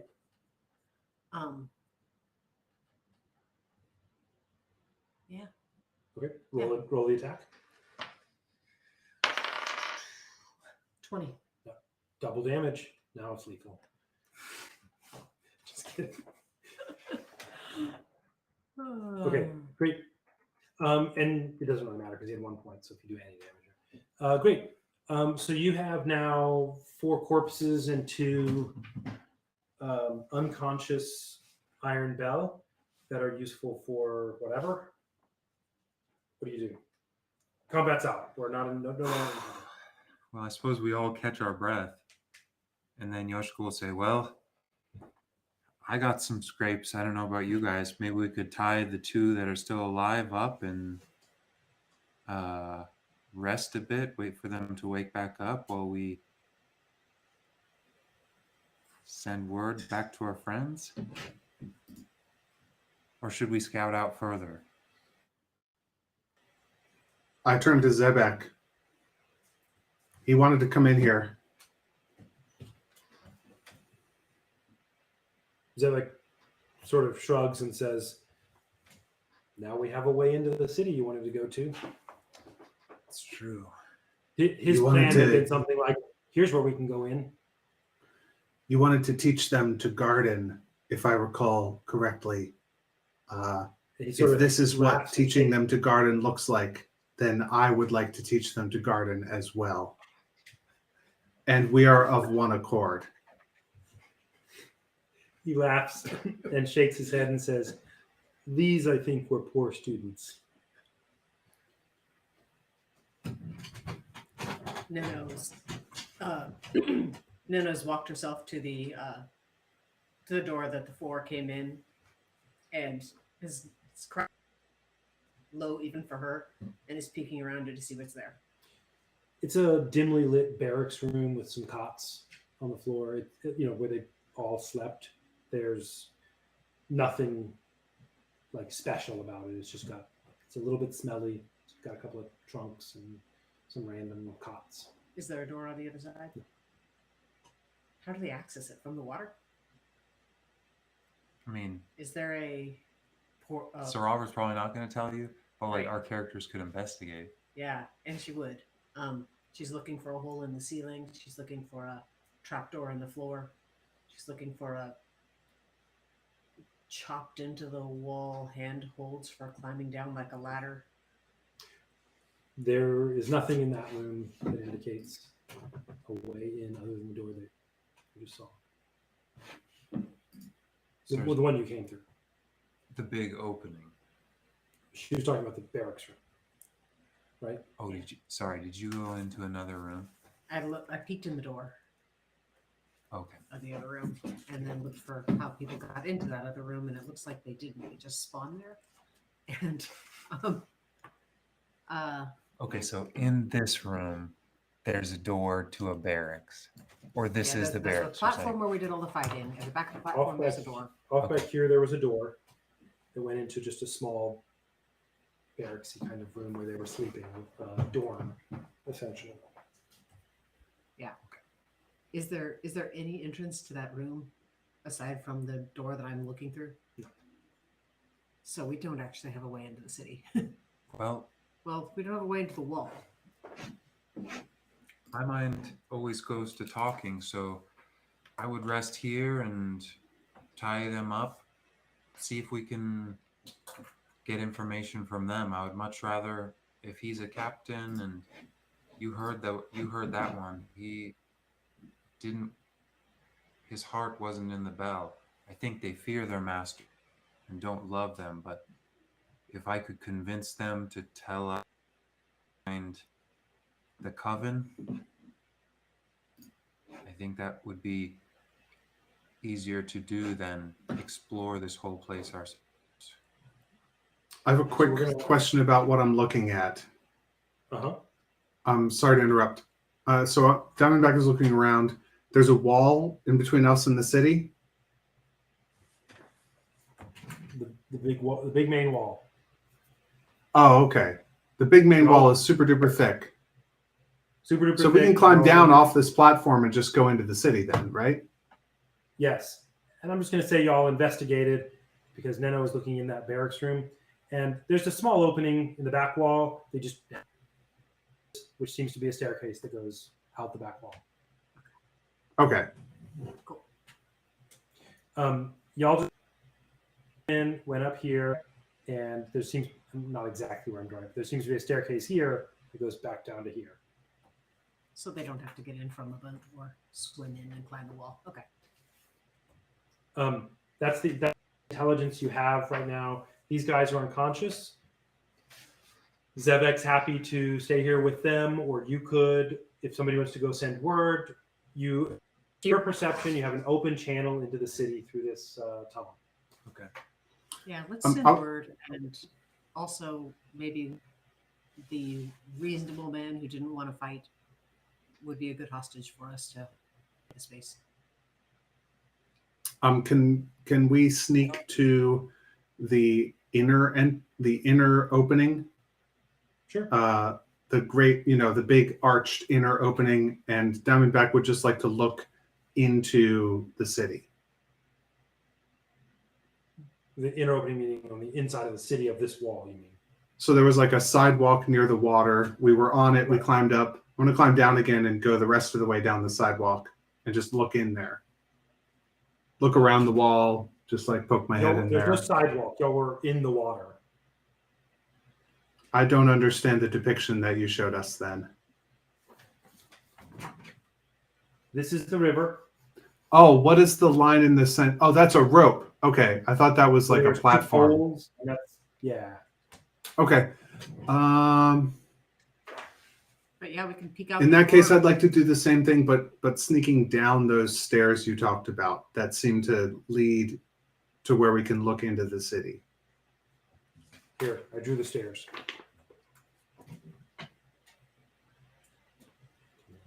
Okay. Yeah, you go down there. It is pitch black. You can't see anything meaningfully. I have a you can see lantern. You can see, yeah, okay. With a lantern, you can see the space around you. It just looks like a paved road, a couple of buildings. It's quiet. There's Do I few see any torches here people? and there. Nope. It's the middle of the night. Remember, this is like Right. 2 a.m. or whatever it was. I come back and I say, it's the middle of the night. We've defeated the only guards at this entrance. Let us set their city ablaze. Call all the troops, call the dragon, get Arasanala, everybody in right now. No, that's not what we want to do. We have 6 specifically that we want to find. Sorry, wait. Have this conversation. Totally have this conversation. Suggestion so we can get everybody in. Okay. If you want to, this place could not comfortably, but you're good. Meaningfully, this place, all your people could be in there. Probably they'd be uncomfortable with Arasanala. The dragon would not be in there, but he could just be outside on the rocks or something. But you could get your dozens and dozens of people in there and barricade the stairs, something like that, and then have your conversations, and then toll could be included, and Ninkatink. Okay. Yeah. Okay. Sounds good. Y'all all come in. Inkatink, toll. Y'all are in chamber having discussions. The men are surprised. Everybody's surprised that you're able to infiltrate even the outer wall of the great headwaters fortification of the Great Iron Bell. But here we are. Diamondback makes his suggestion again. Full frontal assault, torches in hand, set up everything on fire, kill everyone we see. The I would love to do that if we could be sure to also not let the 6 escape. I don't care about, I just want to make sure we put first things first. And if we start setting things on fire and the 6 think they cannot beat us, even if one of them escapes, Hmm. that could be trouble for a long time. Yes, my friend. I was getting ahead of myself. Yes, I saw them undefended, and they've taken so much from me. You're probably right. We should Just think, restrain ourselves for a bit longer. During all this, Aratsanala came in and assumed that the barracks was for her and had your acolytes, Diamondback, through you, empty the barracks of all of the smelly garbage that was there. So they just threw all the cots out of the room and we're going to throw them into the river unless anybody stops them to use them for sleeping on or something. Well, we've got like 150 soldiers, right? Mhm. Yeah, they would stop them. And Rasanala closes the door and is in there herself. Diamondback, you're welcome to knock and come in. Nobody else is. Zevek is just chatting with the people. He's going around the room. Hey, how you doing? I'm Zevek. You all are having your counsel. He doesn't have a strong opinion about what strategy. He doesn't know anything about your crazy world. Yoshka, I guess, is going to address the group of over 100 people that are packed. Everyone, we have here 2 of the Iron Bell, who I think we heard them speaking. This one is the captain.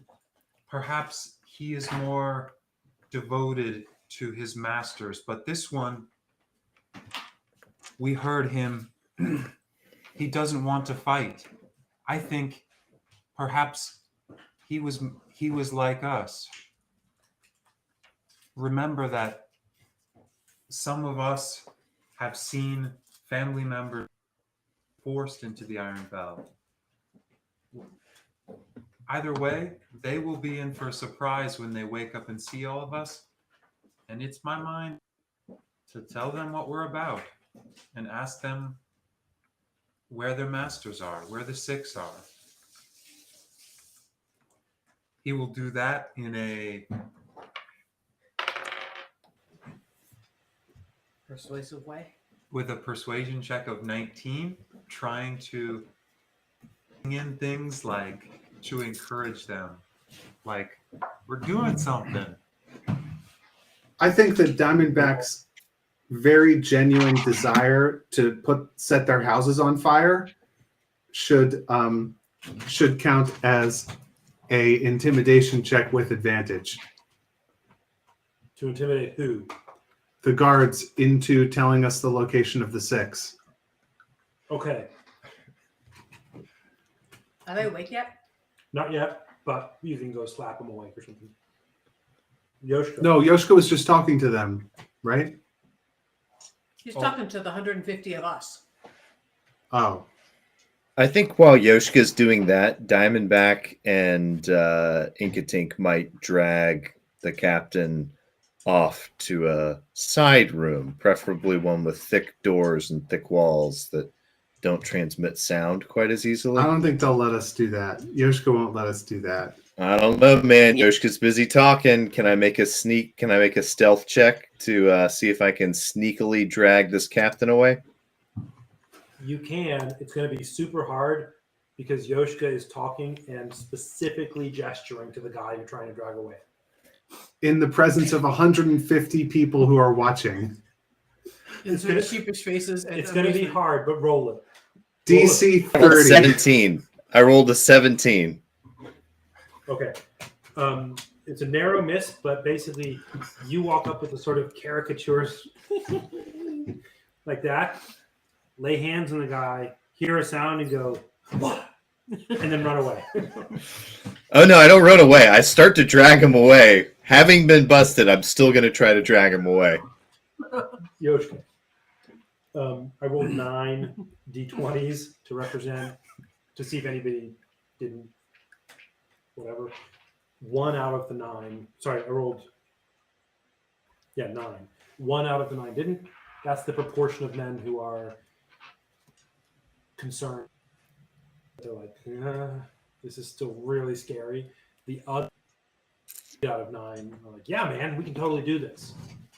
Just to give you a sense of what's going on. I'm saying that as you rolled an 8 on a D9. As Yoshka sees Inkatink dragging him off towards the door, he'll say, "And we're not going to kill him yet. We want Huge to thumbs speak to up from him." Inkatink. Huge thumbs up. Okay, so let's doodly doot forward. You can slap him in the face a little bit. He's not. Both of them are now awake, or one of them if you want. Okay, and I'm hoping that I can have all of the 100 help me do a persuasion check. Do it. Wait, you want to try to do this in front of everybody? You're going to interrogate him with everybody there. Yeah, Inkatink was starting to drag the guy into another room. So, I mean, you can stop him or talk to him about it, but Inkatink was dragging the guy out of There's no other room eyesight except of for everybody. Arsenal is. Oh yeah, That's a good room. That's a terrifying room. That is a scary room, especially since she's not letting anyone in. No, Inkatink, Mm. I think that we should cut off this man's thumbs, and then Yoshka should ask him the location of the 6, and then we should burn his house down. He hears this. With his Eyes? Inkatink You says may to have him. an eye. I grant this boon to you. Inkatink turns. in the eyes and begins to kind of lick Inkatink the and outside I of his are Beak. crazy scary. cultists, and we're trying to be the bad cops in this situation. That's right. And we're actually like zombie cultists, so I think it should be a pretty good play. Is this happening? Are they saying this while the guys are waking up or well before? They're awake, Okay. or at least one of them is. I don't know. Well, Let's say you welcome both. If they're saying this while the guys are waking up, I'm just gonna not say anything. I suppose this will be an intimidation check, actually, and I'm just gonna let the guy who's tied up. I suppose as he's waking up, I'm gonna pick him up so he can stand up, so that they can both hear Inkatink and Diamondback having that conversation, so that they can just take in. I suppose this will be our initial non-verbal intimidation, so that they see there's about 100. There's over 100 people on this platform, and say, "Can we try again? I meant to speak to you." Nino kind of sidles up toward Yoshka and says loud enough for the guys to hear, but not loud enough for the troops to hear. We only need the helpful one. Whichever one is helpful, we can keep. And then sidles away, implying that one of the two of them is disposable, whoever's not helpful. Yoshka, you're good copying this. Roll an intimidation check. It doesn't matter. You can't persuade in this scenario. They're going to be intimidated if that's anything. Yeah. With advantage to see what's happening. Okay. Zevek is just watching this. He's not. He's just Okay. seeing. With one advantage or 150 advantages? Just with advantage. Yes. Okay. You can have 2. Okay. And that's why the adventuring party took 100 villagers with them everywhere they went. Okay, so I've actually never done an intimidation check yet.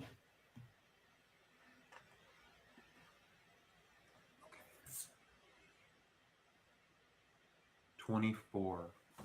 They're intimidated. The one who was somewhat resistant blubbers a bit and says, What do you want? Just let me go." Listen, we're all just like you. It seems like you didn't enlist on purpose. We're all just trying to be free. What are you talking about? We're here to take down the 6 who are forcing you to be an Iron Bell, so everyone What? can live free. What? I don't know what you're talking about. What do you want? We want to know where your masters are. We hear there are 6. We want to know where Simderon is.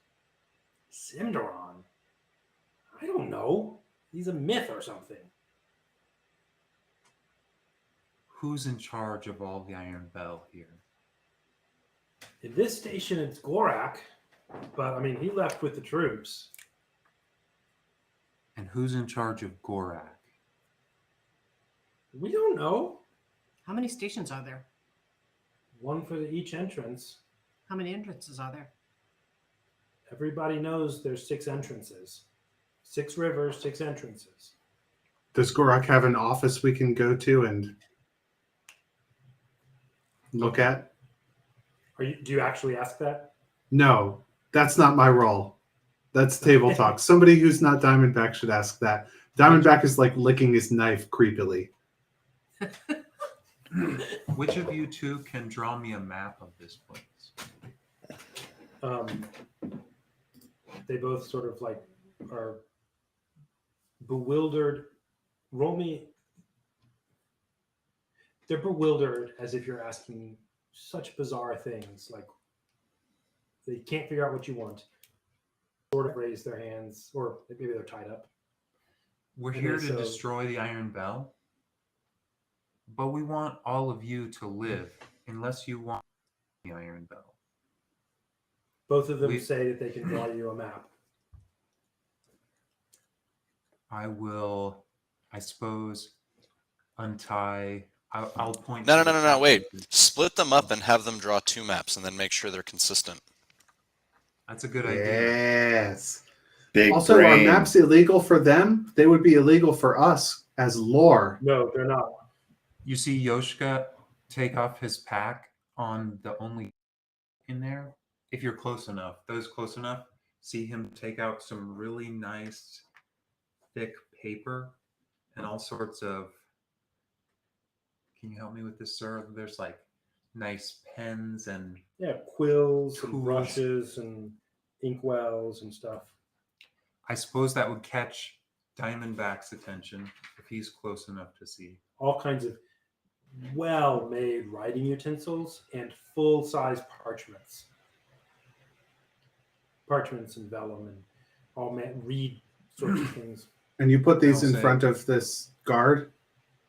I'll sit down the lazy guy at the table and then hand one of the papers and quills over towards the captain, who I guess was starting to be taken toward the door, and say, "Hey, we don't want to let him in that room first. Maybe just let him sit down and make his map on the floor. I want them to live if possible." And Minnow scoffs. Diamondback, Actually, don't want to live, but Here are the 2 maps you get. Sorry, go.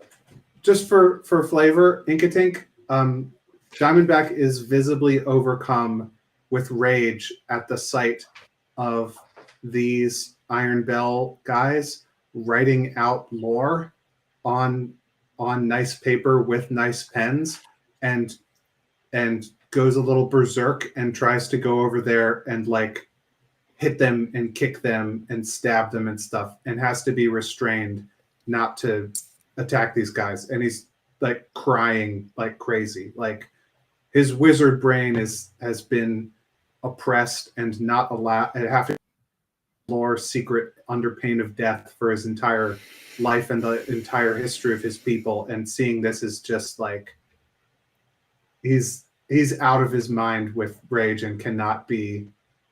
He's like throwing a complete fit.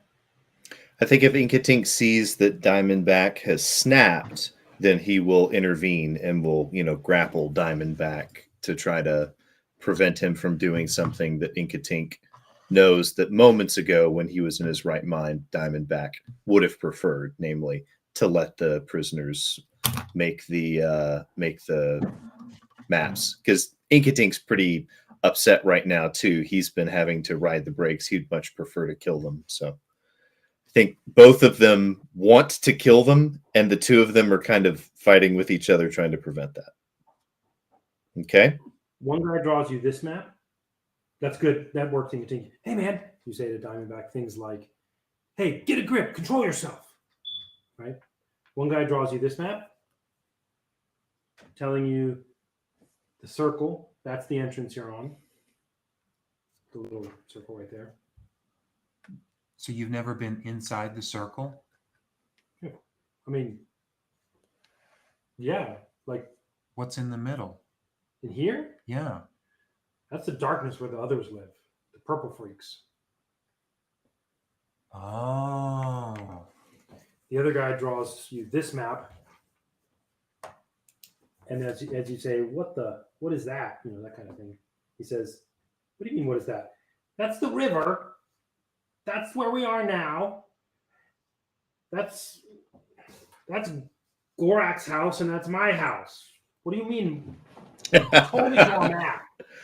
That's the lazy guy? Which one's the captain's? They're both seemingly of the same rank. Oh, okay. So I'll We'll go. call this the lazy guy. Okay. Gorak's house, my house, the river, and where we are. Okay, so tell me about Here, these. this is the river.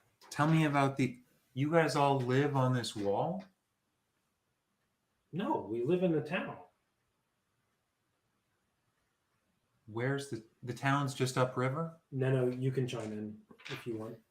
Yeah, right on the other side of this wall, and she like taps the stone inside of the stone. Right on the other side of this wall. When I peeked out, I could see that there was town to my left, then the river in front of me, and town to my right. But not too far down away from there, 7,500 yards, was another wall. So it's like the town area is sandwiched between two walls. I didn't float through the town to see what was at the other wall. I just came back. With Nono's help, you put together that she's saying, Okay. this is the outer wall. The shaded part is the town. It's like a ring inside the outer wall. And then there's a low permeable wall, but there's holes in it. There's like lots of doorways, or it's easy to get through. It's just more of a fence or something. But it's like made of like piled stones. And there's some inner part here, which is where they said the purple freaks live. Why do you live? Tell me about the purple freaks. What do they do? What do they have to do with you? They take the tribute. And they give us food. And they give us all the stuff we need. Are they in charge of you? Yeah, obviously. They're in charge of everything, the whole forest. How many are there? I don't know. Are there more than 6? He just laughs as though you're asking a joke or something that's really, really stupid. Are there more of them than there are of the Iron Bell? I don't know. We just talk to the ones who come and take the tribute from us. But it's a big place, so maybe. I don't know. Do you think dozens or hundreds or thousands? He turns to you. Lady, I don't know. Tribute comes here. We check it out. We keep a few things that we think they won't miss. And then we give all of the rest of it at the wall to a couple of people. What happens if you keep too much? I never want to find out, but they're not going to be nice about it. What kind of power do they have? They own this place and they give us commands. Did you enlist in the Iron Bell? Listed. They took you? Yeah, same as everybody. I mean, the Iron Bell took me, and now I get to live better than any of you rats out there.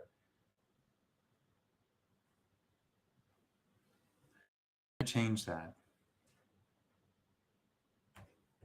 He has no response.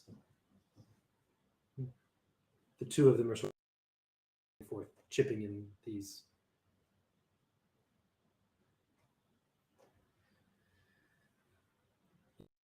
Anyway, they've already taken everybody for the march.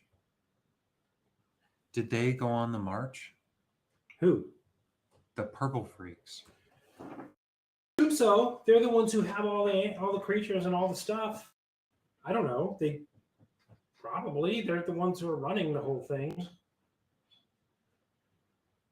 They're doing the attacks. They're doing the stuff. Sorry, real quickly. Anybody, if we say Purple Freak, does that ring any bells to you at Sure. all? Okay, great. Yeah. Ahead. Yeah. So feel free to say things about that if you want before I ask about Oh it. yeah. You don't have to. I'm just. I guess Yoshiko would turn to Toll and say, "Did you see any of the in the walls in the Stonewall City?" Talad said he saw one and he brought us a head Diamondback, you've seen that head. with purple skin, pointy ears like an orc's, but the face was much slimmer. It wasn't an orc and it was purple. Yeah, Tola's going to shake his head. No, he's not seen that before. It's a kind of creature that, well, I suppose on there. Sorry.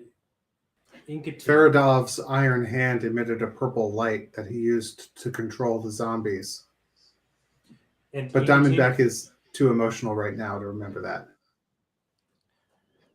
And sorry, I don't remember who was with you. I think it was Inkatink and whoever was with you who escaped from the Black City, and there was some kind of spellcaster who kind of came in tunnel with you. Remember that? Not the Black City, the keep. Yes, I In do the remember light- that. In the light of the tunnel, of the teleportation circle's tunnel, that guy's skin was purplish. Hmm. Going to ask you to bring back to life the head.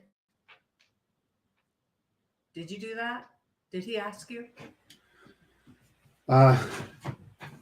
Diamondback takes a little while to understand the question, and then he says,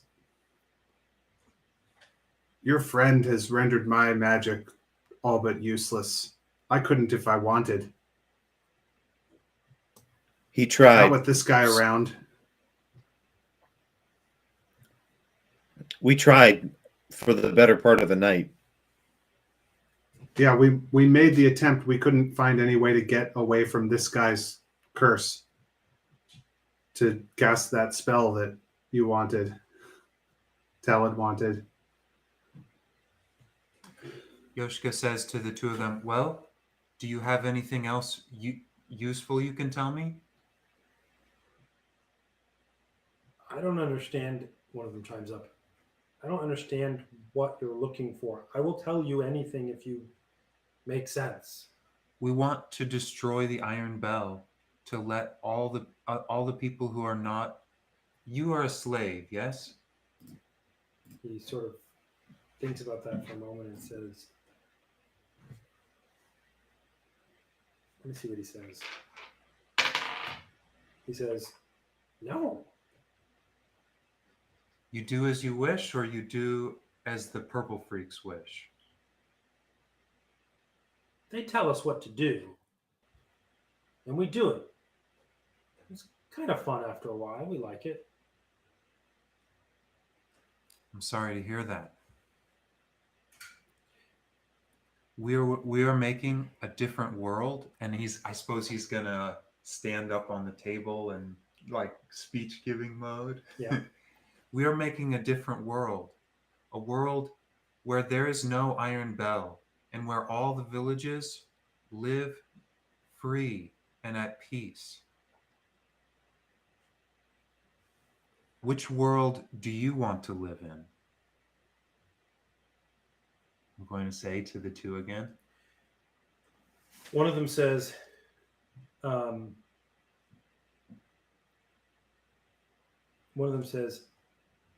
think you're crazy. I don't even know what you're talking about. And the other one says, what does it matter anyway? They've already gone on the march. They've already gathered everybody together and left. I'm sorry to hear that. Well, we have no more use for you.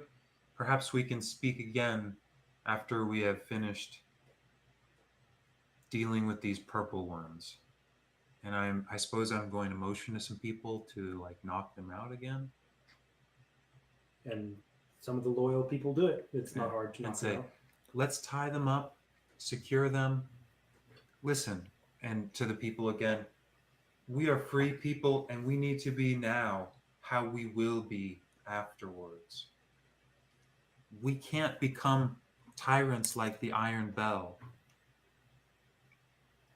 And they are just slaves. We can see that.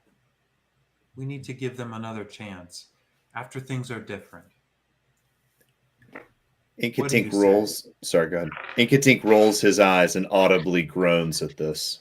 Yoshika says, what do you say to the crowd with a 22 charisma check or persuasion? With one heart, they agree. I just rolled.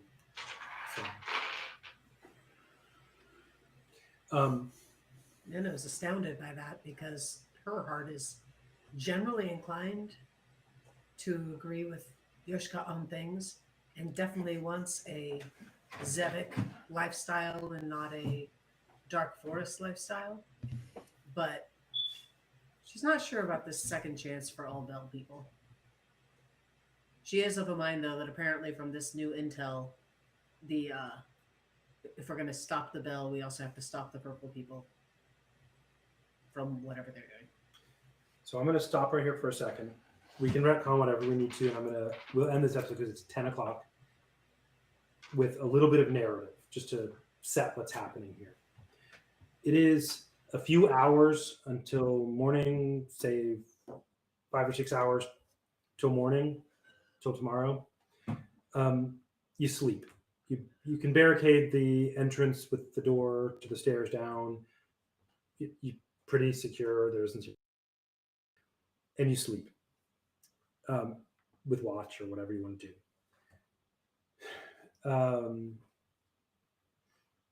Early in the morning, looking at the scene, light streams in from outside.